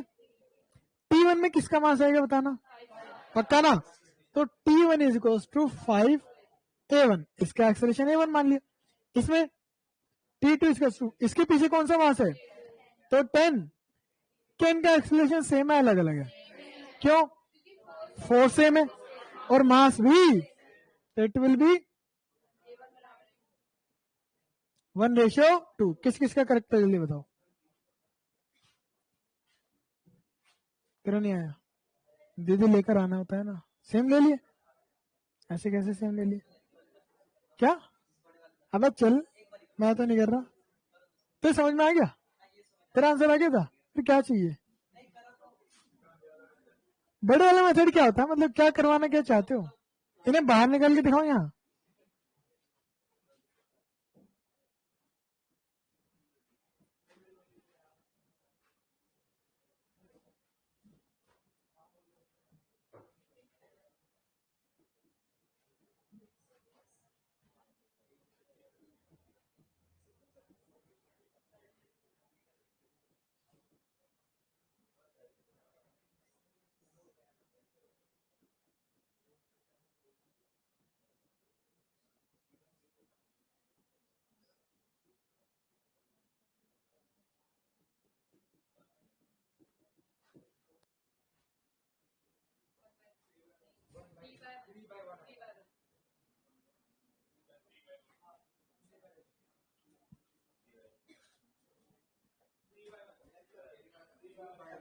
थ्री बाय वन या 1/3?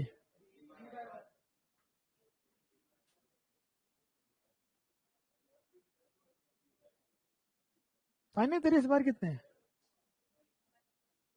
ओवरऑल? 565। तो बढ़िया है, इसे मेंटेन रख, इसे जान दे। इतना फ्लक्चुएशन कितने तेरे?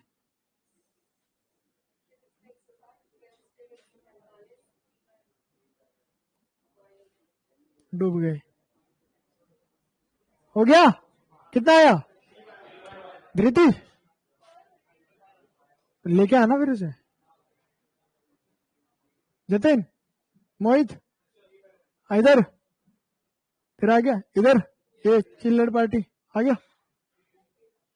ये तेरे पीछे नाम क्या भाई तेरा? शुभम। लेके आना फिर। T1 किसके बीच की है? हमने क्या कहा था? फोर्स आगे, कहां पहुंच जा? पीछे। इसके पीछे कितना मास है? तो ये हो जाएगा 5A, एक्सेलरेशन से मल्टीप्लाई करते हैं ना। इसके पीछे कितने मास है? 10 और 5, कितना आ जाएगा? आंसर इज,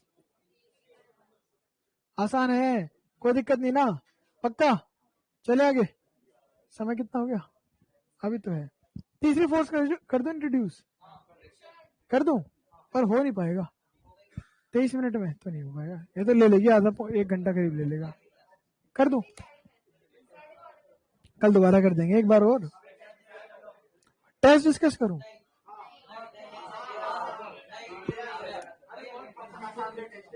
तो यार तुम ऐसे ना फिश मार्केट मत बनाया करो इसे। मेरा ना दिमाग ना बंद हो जाता है जब तुम ऐसे करते हो ना, फिर आंखें बंद हो जाती है। क्या हाथ चलते हैं? हाँ तो बताओ क्या करना है। फ्रिक्शन तो नहीं हो पाएगा, वरना मैं करा दूंगा, कोई दिक्कत नहीं है। क्या कि इस पे क्वेश्चन प्रैक्टिस कराऊं? शर्म आ रही है तुम लोगों को पूछते हुए भी?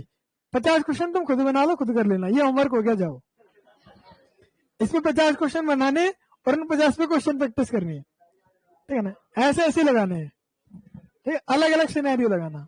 क्या? कभी एंगल पे बनाना, कभी अलग मास लेना, कुछ भी करना। 50 क्वेश्चन चाहिए मुझे, ठीक है? हाँ एक बार टेस्ट दिखिए,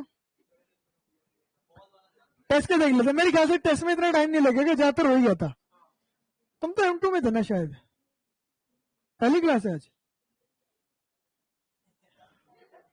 पहली क्लास नहीं है ये? कौन सी क्लास है? अच्छा गैप हो गया था। क्या नाम है तुम्हारा? खुशी। अच्छा हाँ, तुम्हारा क्या नाम है? मरियम। क्या?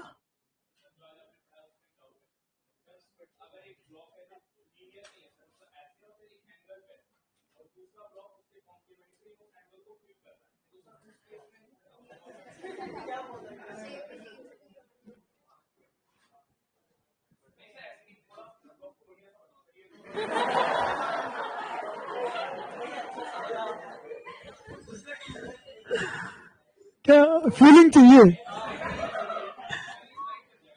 फीलिंग चाहिए? फिर बढ़िया से कैसे बनाऊं? चांद तारे बनाऊं?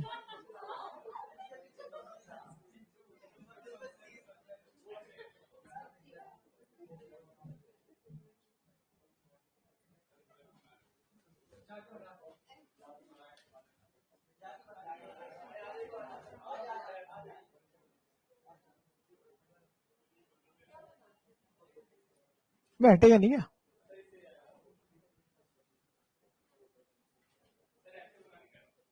अच्छा अच्छा,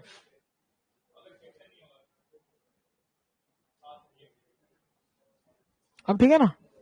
हाँ बताइए क्या चाहते हो? M1 M2। अब क्या करूं? मुश्किल हो गया कि नहीं? एक काम ना, देख पहले तो क्या करना है, इसे बड़ा सा बना देते हैं। तुम्हें अपने देख, तुम लोगों को सब कुछ करना है, अपने कंसेप्ट से नहीं हटना, ठीक है ना?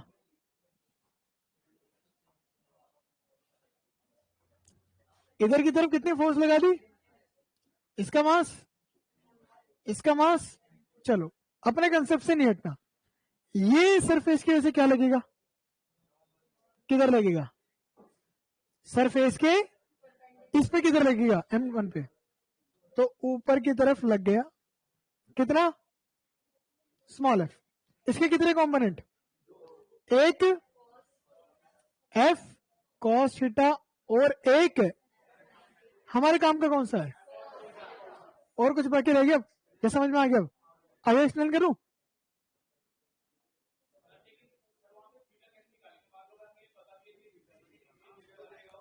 ये एंगल तो पता होना चाहिए ना। मान लिया एंगल पता कितना है, तो ये भी अच्छा, ये क्या हो गया एंगल? पक्का ना? अबे वो भी थीटा ही होगा, देख। ये परपेंडिकुलर होगा ना, नॉर्मल डायरेक्शन है। ये कितना? 90। ये कितना? अबे ये एक्सटेंड कर दिया, 90 90 थीटा, 90 90 माइनस थीटा, ये भी 90 माइनस थीटा। हाँ बिल्कुल। ये कितना? बहुत बढ़िया। थीटा ये वाला 180 माइनस थीटा।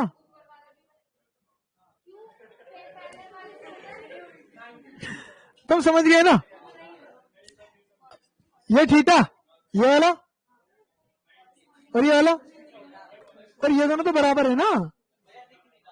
अबे ये हॉरिजॉन्टल।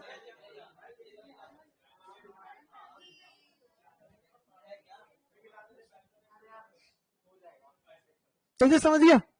ये लड़का सबसे अच्छा है। ये एंगल, ये और ये बराबर ही तो है। ये हॉरिजॉन्टल, ये भी हॉरिजॉन्टल, कॉम्प्लीमेंट्री एंगल या कॉरस्पॉन्डेंस एंगल। समझ गए? और बता क्या चाहता है? अब एफ कोस थीटा आते तो फ्री बॉडी डायग्राम बन गया। F minus small F cos theta बराबर मास इनटू एक्सेलरेशन। और एफ कोस थीटा इसी पर लगेगा और एफ कोस थीटा इस पर लगेगा। बता क्या लिखेगा? नहीं बता क्या लिखेगा? क्यों लिखेगा? तो एफ कोस थीटा, फोर्स तो कितनी लगी है? एफ। अगर वो पूछता था force between two masses, it will be F cos theta और एफ। एफ कोस थीटा तो वो है जो इसकी मोशन को चेंज कर रहा है। एक्सेलरेशन निकालने के लिए अगर एंगल नहीं पता एक्सेलरेशन निकाल देंगे। अगर एंगल नहीं पता ये नहीं निकाल पाएगा, ये नहीं पता तो एक्सेलरेशन नहीं निकाल पाएगा।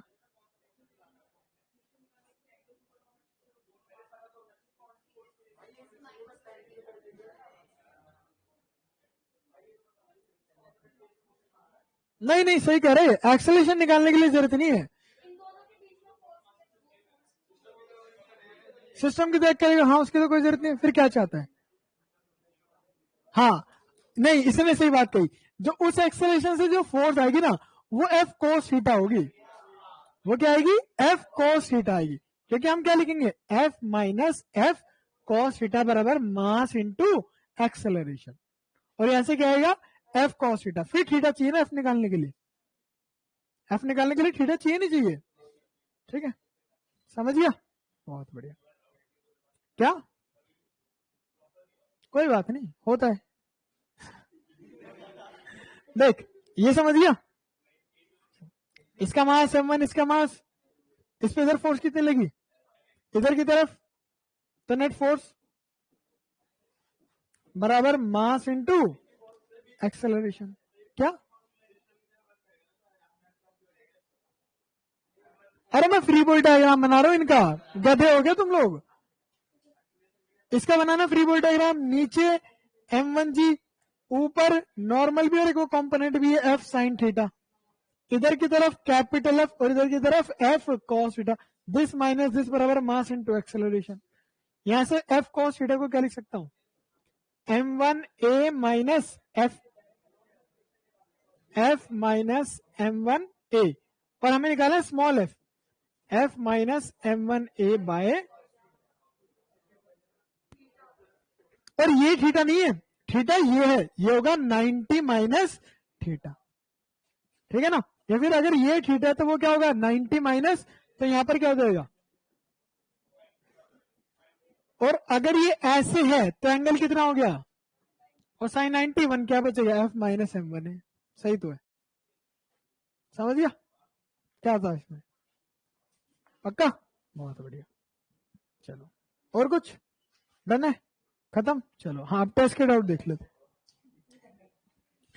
टेस्ट के देख ले, 15 मिनट में पूरा सॉल्व हो जाएगा। सीधा डाउट की बात करते हैं, कौन सी दिक्कत है? चला वीडियो सोल्यूशन भी डाल देंगे। और बताओ, ऐसा हो सकता है? बता, कितने मार्क्स के तेरे? मार्क्स कितने तेरे इसमें फिजिक्स में? 56। पहले का आंसर, और पहले का आंसर इसमें गलत आंसर की मैं, the correct answer is 5.49 second. क्या दिया नहीं तूने अभी? क्यों? अरे हाँ कोई नहीं, आग कान बंद कर ले, कान बंद कर ले।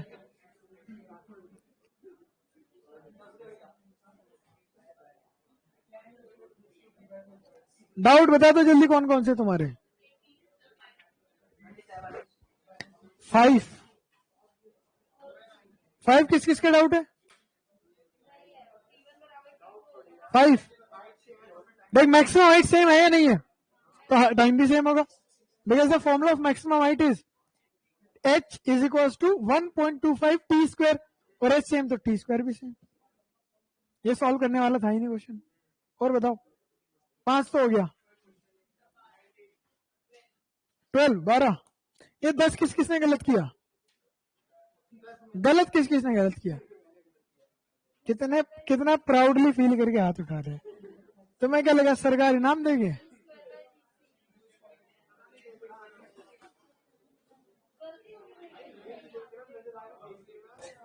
अच्छा 12 किसने पूछा है?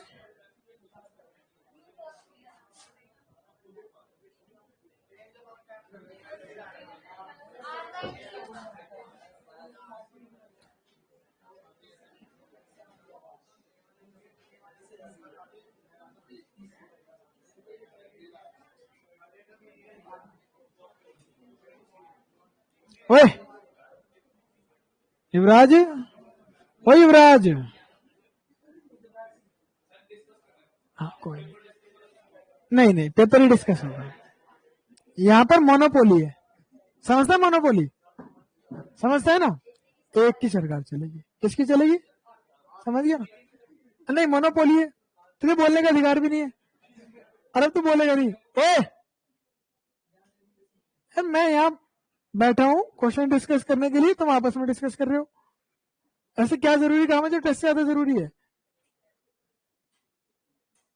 क्या मुझे बता दे? ठीक है, क्वेश्चन है तो बार बार देखो। The body projected at an angle of with horizontal some angle, range कितनी दे रखी है? 300 मीटर, और क्या दिया? टाइम ऑफ फ्लाइट क्या दिया 6 सेकंड। भाई साहब आर हद हो गई, एक्स बराबर यू कॉस थीटा टी, ये तो एक्स कॉम्पोनेंट है। और जब टाइम ऑफ फ्लाइट रखूंगा तो क्या हो जाएगी रेंज 300/6। रेंज हमारा क्या होती है बताना, you x into time of flight या फिर 2ux uy डिवाइड बाय ये कौन है टाइम ऑफ फ्लाइट है। हद हो गई भाई साहब। और 10 क्वेश्चन तो कोई भी डाउट 10 तक। अरशद अरशद असद कोई भी डाउट नहीं है, चलो फिर तो ठीक है, तुम तो कह रहे कोई डाउट नहीं है। अच्छा मैं क्या बच्चे 15 तक कोई डाउट नहीं। पहला क्वेश्चन किस किस का डाउट है, पहला और क्या है कोई डाउट नहीं है। फर्स्ट चलो इसे कराएंगे, इसे करा देंगे। 20 तक कोई डाउट, 20 तक 13 तो तुम कैसे शांत बैठ रहते हो।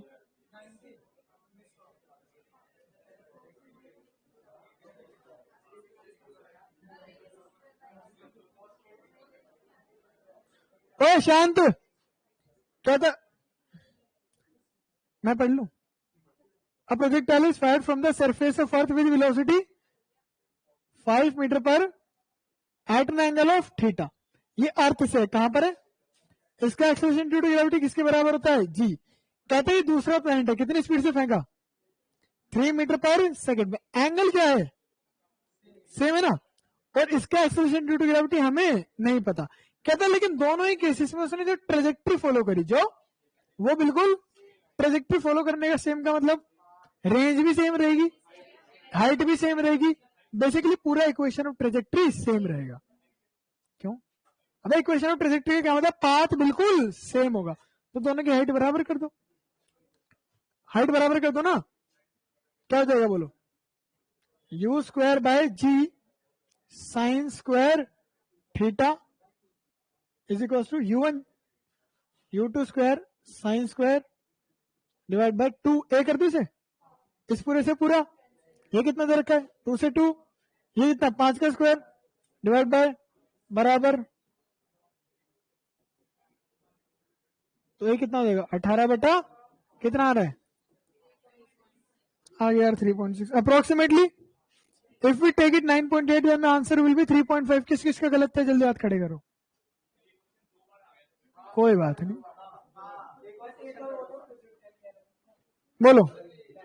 इसके बाद कौन सा 20 तक कोई 20 18 यार 5% आंसर है इसका।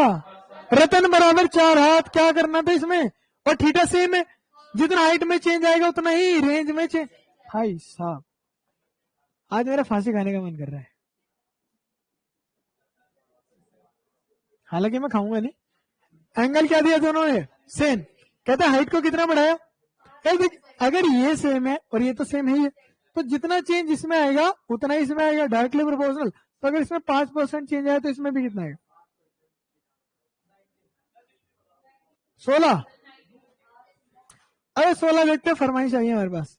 एक्स कितना है और वाई कितना है, क्या पूछता है वेलोसिटी ऑफ द प्रोजेक्टाइल, मतलब इनिशियल स्पीड, वेलोसिटी इनिशियल होती है ना, इसे डिफरेंशिएट करूंगा तो क्या आएगा dx बाय कितना आ जाएगा 6, ये क्या होता है ux, इसे डिफरेंशिएट करूंगा तो dy बाय कितना आ जाएगा 8 माइनस 10t, ये कौन है ux, कौन है uy, तो ux 6 हो गया और uy कितना हो गया 8।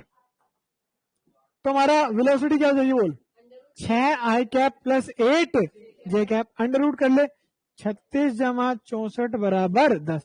एक और तरीका था, ये क्या होता है यू कॉस थीटा और ये क्या होता है यू साइन थीटा, याद है या नहीं है ना, you cos theta you sine theta कितना आ गया बोलो 8, और यू कॉस थीटा कितना आ गया, डिवाइड करके थीटा निकाल लोगे और स्क्वायर करके यू निकाल लोगे। और बताओ क्या, हाँ यहां से टी की वैल्यू निकाल के इसमें पुट कर देते और इक्वेशन ऑफ ट्रेजेक्ट्री आती वहां से भी निकाल लेते, लेकिन सबसे बढ़िया तरीका है ये वाला, ठीक है ना। अगर एक्सेलरेशन पूछ ले तो कितना एक्सेलरेशन इसका कुछ तेजस, -10 है ना, डबल डिफरेंशिएशन। कुछ बच्चे यार उसमें प्रोजेक्टाइल लगाने लग जाते हैं, हो जाएगा, लेकिन that will be difficult. You have to compare with the equation of trajectory. English आती है मुझे। और बताओ 19। अरे यार आ रही था इसका 2R किसका आ रहा था, जिसने 2K लगाया और तुमने 2K लगाया, इसने पूछा डायरेक्टली प्रोपोर्शनल। अच्छा प्रोजेक्टाइल सेम रेंज है, मतलब एक एंगल क्या होगा और एक, ठीक है ना, एक का टाइम T1 और एक का टाइम, तो T1 कितना हो जाएगा बोल, 2U sine theta by G, yes और नो। दूसरे का time 2U sine 90 minus theta, complementary angle है ना, तो इट विल बी, दोनों क्या करते हैं T1 इंटू, दोनों का प्रोडक्ट पूछा है ना, तो it will be 4U square. अरे यार ये तो 2 sine 2 theta by G square हो गया। इसे जी को वैल्यू ली क्या बन जाएगी, रेंज। ये तो पूछा किसके डायरेक्टली प्रोपोर्शनल है, रेंज के तो है। और बताओ 25 तक कोई डाउट, 25 तक। तुम्हारी पहली क्लास है बच्चे आज, क्या नाम है, प्रीति। बहुत सारी प्रीति है हमारे पास। अच्छा ज्योति किसका नाम है, एक और ज्योति भी तो है, वो नहीं आई, नाम में कंफ्यूजन इतनी सारी है। और बताओ सुषमा किसका, और जय जय जय था, सुषमा था कुछ था ना, पुष्पा पुष्पा पुष्पा, सॉरी क्या, Pushpa no tears, I hate tears. और बताओ कौन सा, 20, 26, 25 तक कोई डाउट नहीं है, 20, यार क्या बात कर रहे हो। मैक्सिमम हाइट कितनी दी है, मैक्सिमम हाइट कितनी दी है, तो U square sine square theta bye 2G कितना दे दिया, 4। और हॉरिजॉन्टल रेंज कितनी है, अबे हट, हाँ तो maximum height U square sine square कितना दिया, 4, और रेंज कितनी है, तो देख क्या हो गया, क्या निकालना है हमें, U निकालना। इन दोनों को सॉल्व करके तुम U नहीं निकाल सकते, फिजिक्स का काम यहाँ पर खत्म हो चुका है। किसका स्टार्ट होगा, चलो। अच्छा ये थीटा निकाल दो काम हो जाएगा, और एक रेंज दे रखी है और एक क्या दे रखी है, इसे थीटा निकाल सकते, कौन सी इक्वेशन, रतन बराबर, रतन कितना, आर कितना है 12, टेन थीटा बराबर 4 इंटू 4, तो टेन थीटा कितना हो गया जल्दी बोलो, 16/12 कितना आ गया, 4 थीटा भी आ गया 53। कोई इसमें पुट कर दे, आंसर निकाल दे, पुट कर देगा या मैं निकाल के दिखाऊं, क्या बात कर रहे हो यार, शर्म आनी चाहिए तुम लोगों को। और बोलो 34,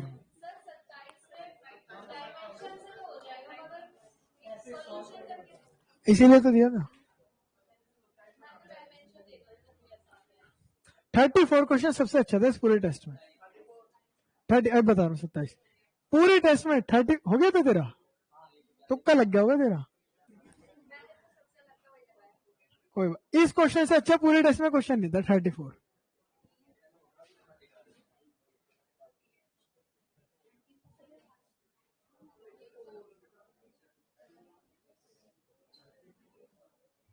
युवराज 34 हो गया था तेरा,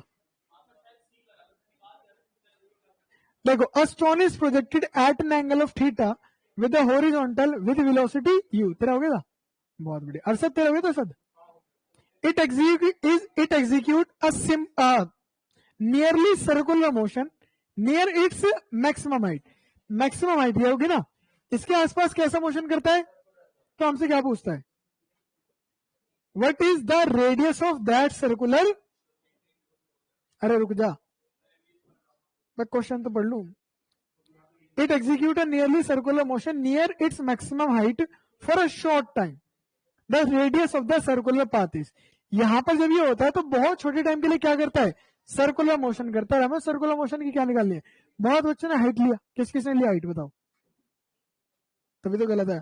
जब ये सर्कुलर मोशन यहां पर कर रहा है तो मान लो रेडियस कितनी है आर, कितनी रेडियस है, और यहाँ पे वेलोसिटी कितनी थी मैक्सिमम हाइट पे, तो बाहर की तरफ क्या लगेगा, M V square upon R, ये सर नो, और नीचे की तरफ क्या लगेगा, और ये इसे क्या कर लेगा, क्यों, क्योंकि सर्कुलर ना, ये सेंट्रीपिटल और वो सेंट्रीफ्यूगल, दोनों क्या होती है बराबर। तो M G is equal to M U square को square theta by R, M से एम, आर बराबर,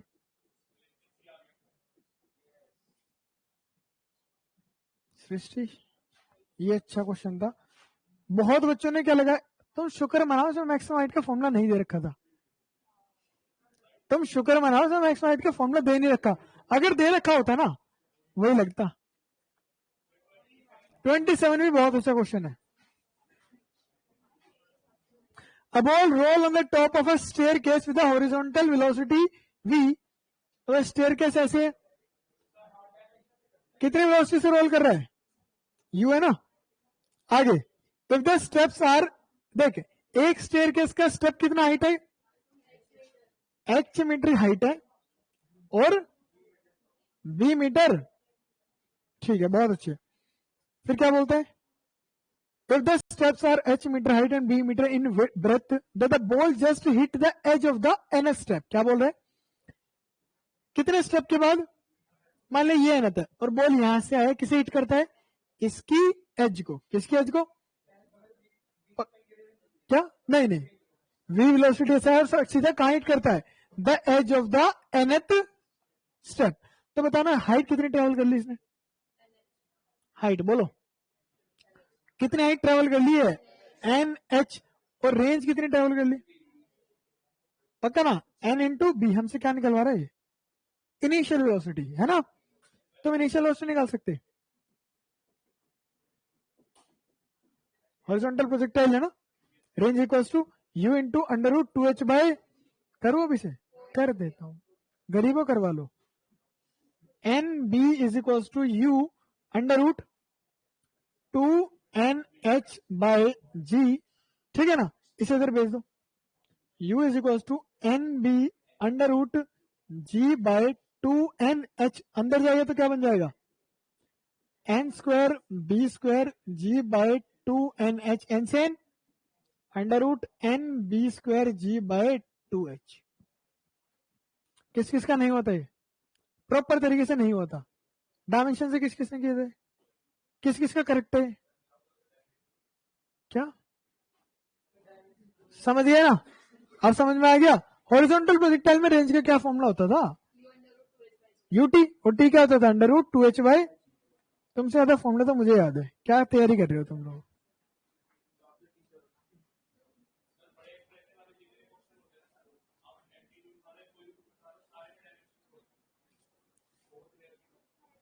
कौन सा, 13, 30, 38, 38, वाह, एक बच्चे ने गलत किया है, वैसे गलत करने वाला क्वेश्चन नहीं था, कहता bullet fired at an angle of 30 degree, कितना दूर जाके गिरती है, अरे बोलो, अब bullet fired at an angle of 30 degree hit the target at 3 kilometer, तो 3 किलोमीटर क्या हो गई, तो U square sine 2 into 30 divide by G बराबर कितना दे रखा है, 3 किलोमीटर, पक्का। ये हमसे क्या पूछ रहा है कि अगर कोई टारगेट 5 किलोमीटर पे कितने बार है, क्या बुलेट उसे हिट कर पाएगी, अच्छा अगर मैं मतलब क्या एंगल लूं कि वो ज्यादा से ज्यादा दूर वाले टारगेट को हिट कर ले, उससे ज्यादा दूर, उस टाइम पे जो रेंज होगी दैट विल बी, और वो क्या होती है, तो निकाल लो यू स्क्वायर की वैल्यू, इसकी वैल्यू कितना आ गई, तो यू स्क्वायर बाई जी कितना आ गया, क्या इसे मैं 2 इंटू रूट 3 लिख सकता हूँ, 2 इंटू रूट 3 मतलब 2 इंटू 1.73 अप्रोक्सीमेटली 3, तो मतलब अगर 30 से फेंके तो 3 तक जा रहा है, और 45 से फेंकूंगा तो कहां तक जा रहा है, इससे ज्यादा जाना पॉसिबल, तो क्या 5 वाले को हिट कर पाएगा, बिल्कुल नहीं करेगा, कोई चांस नहीं है, हमें मैक्सिमम रेंज निकाल ली। और 34 से अच्छा क्वेश्चन नहीं था इसमें, बस यही था ना, तुम्हारे मार्क्स आएंगे फिजिक्स में इसमें।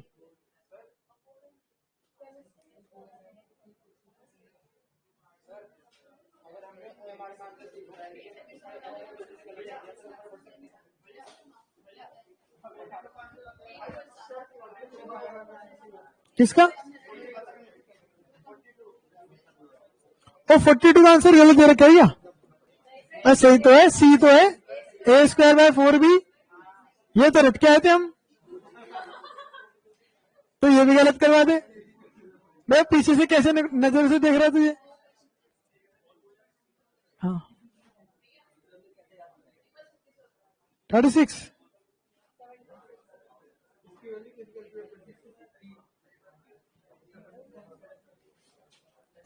Two stones are projected with the same but different angle making with a horizontal range बराबर है। एक का एंगल कितना देखा है? ओ!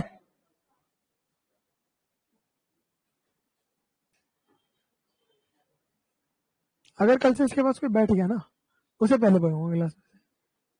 एक सार्थक कितना समझदार है। कहता है दो सेम स्पीड से फेंका but at different different angle. एक कितना है, अगला क्या होगा? पक्का ना? तो क्या निकालना क्या बदलो?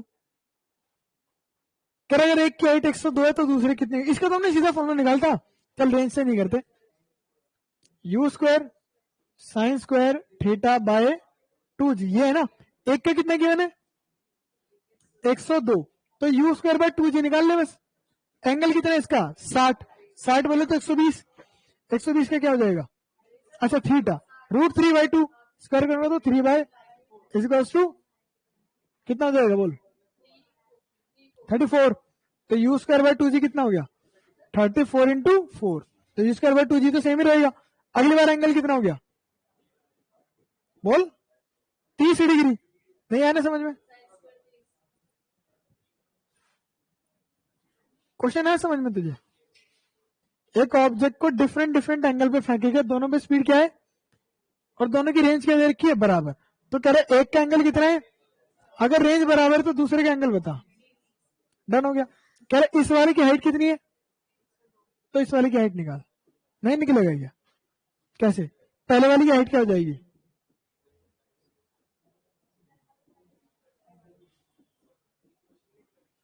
दूसरा स्पीड सेम है ना,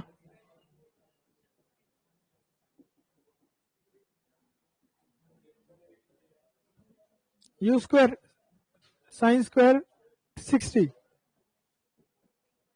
इसकी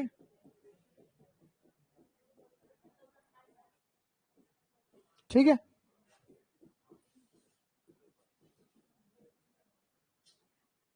हो गया। दो तो ऑप्शन वैसे हट गए थे, एंगल छोटा है तो हाइट तो छोटी होगी, और खत्म बस। हाँ अब बताओ 150 से कम किस किस के बताना एक बार। 130 से कम किस किस के?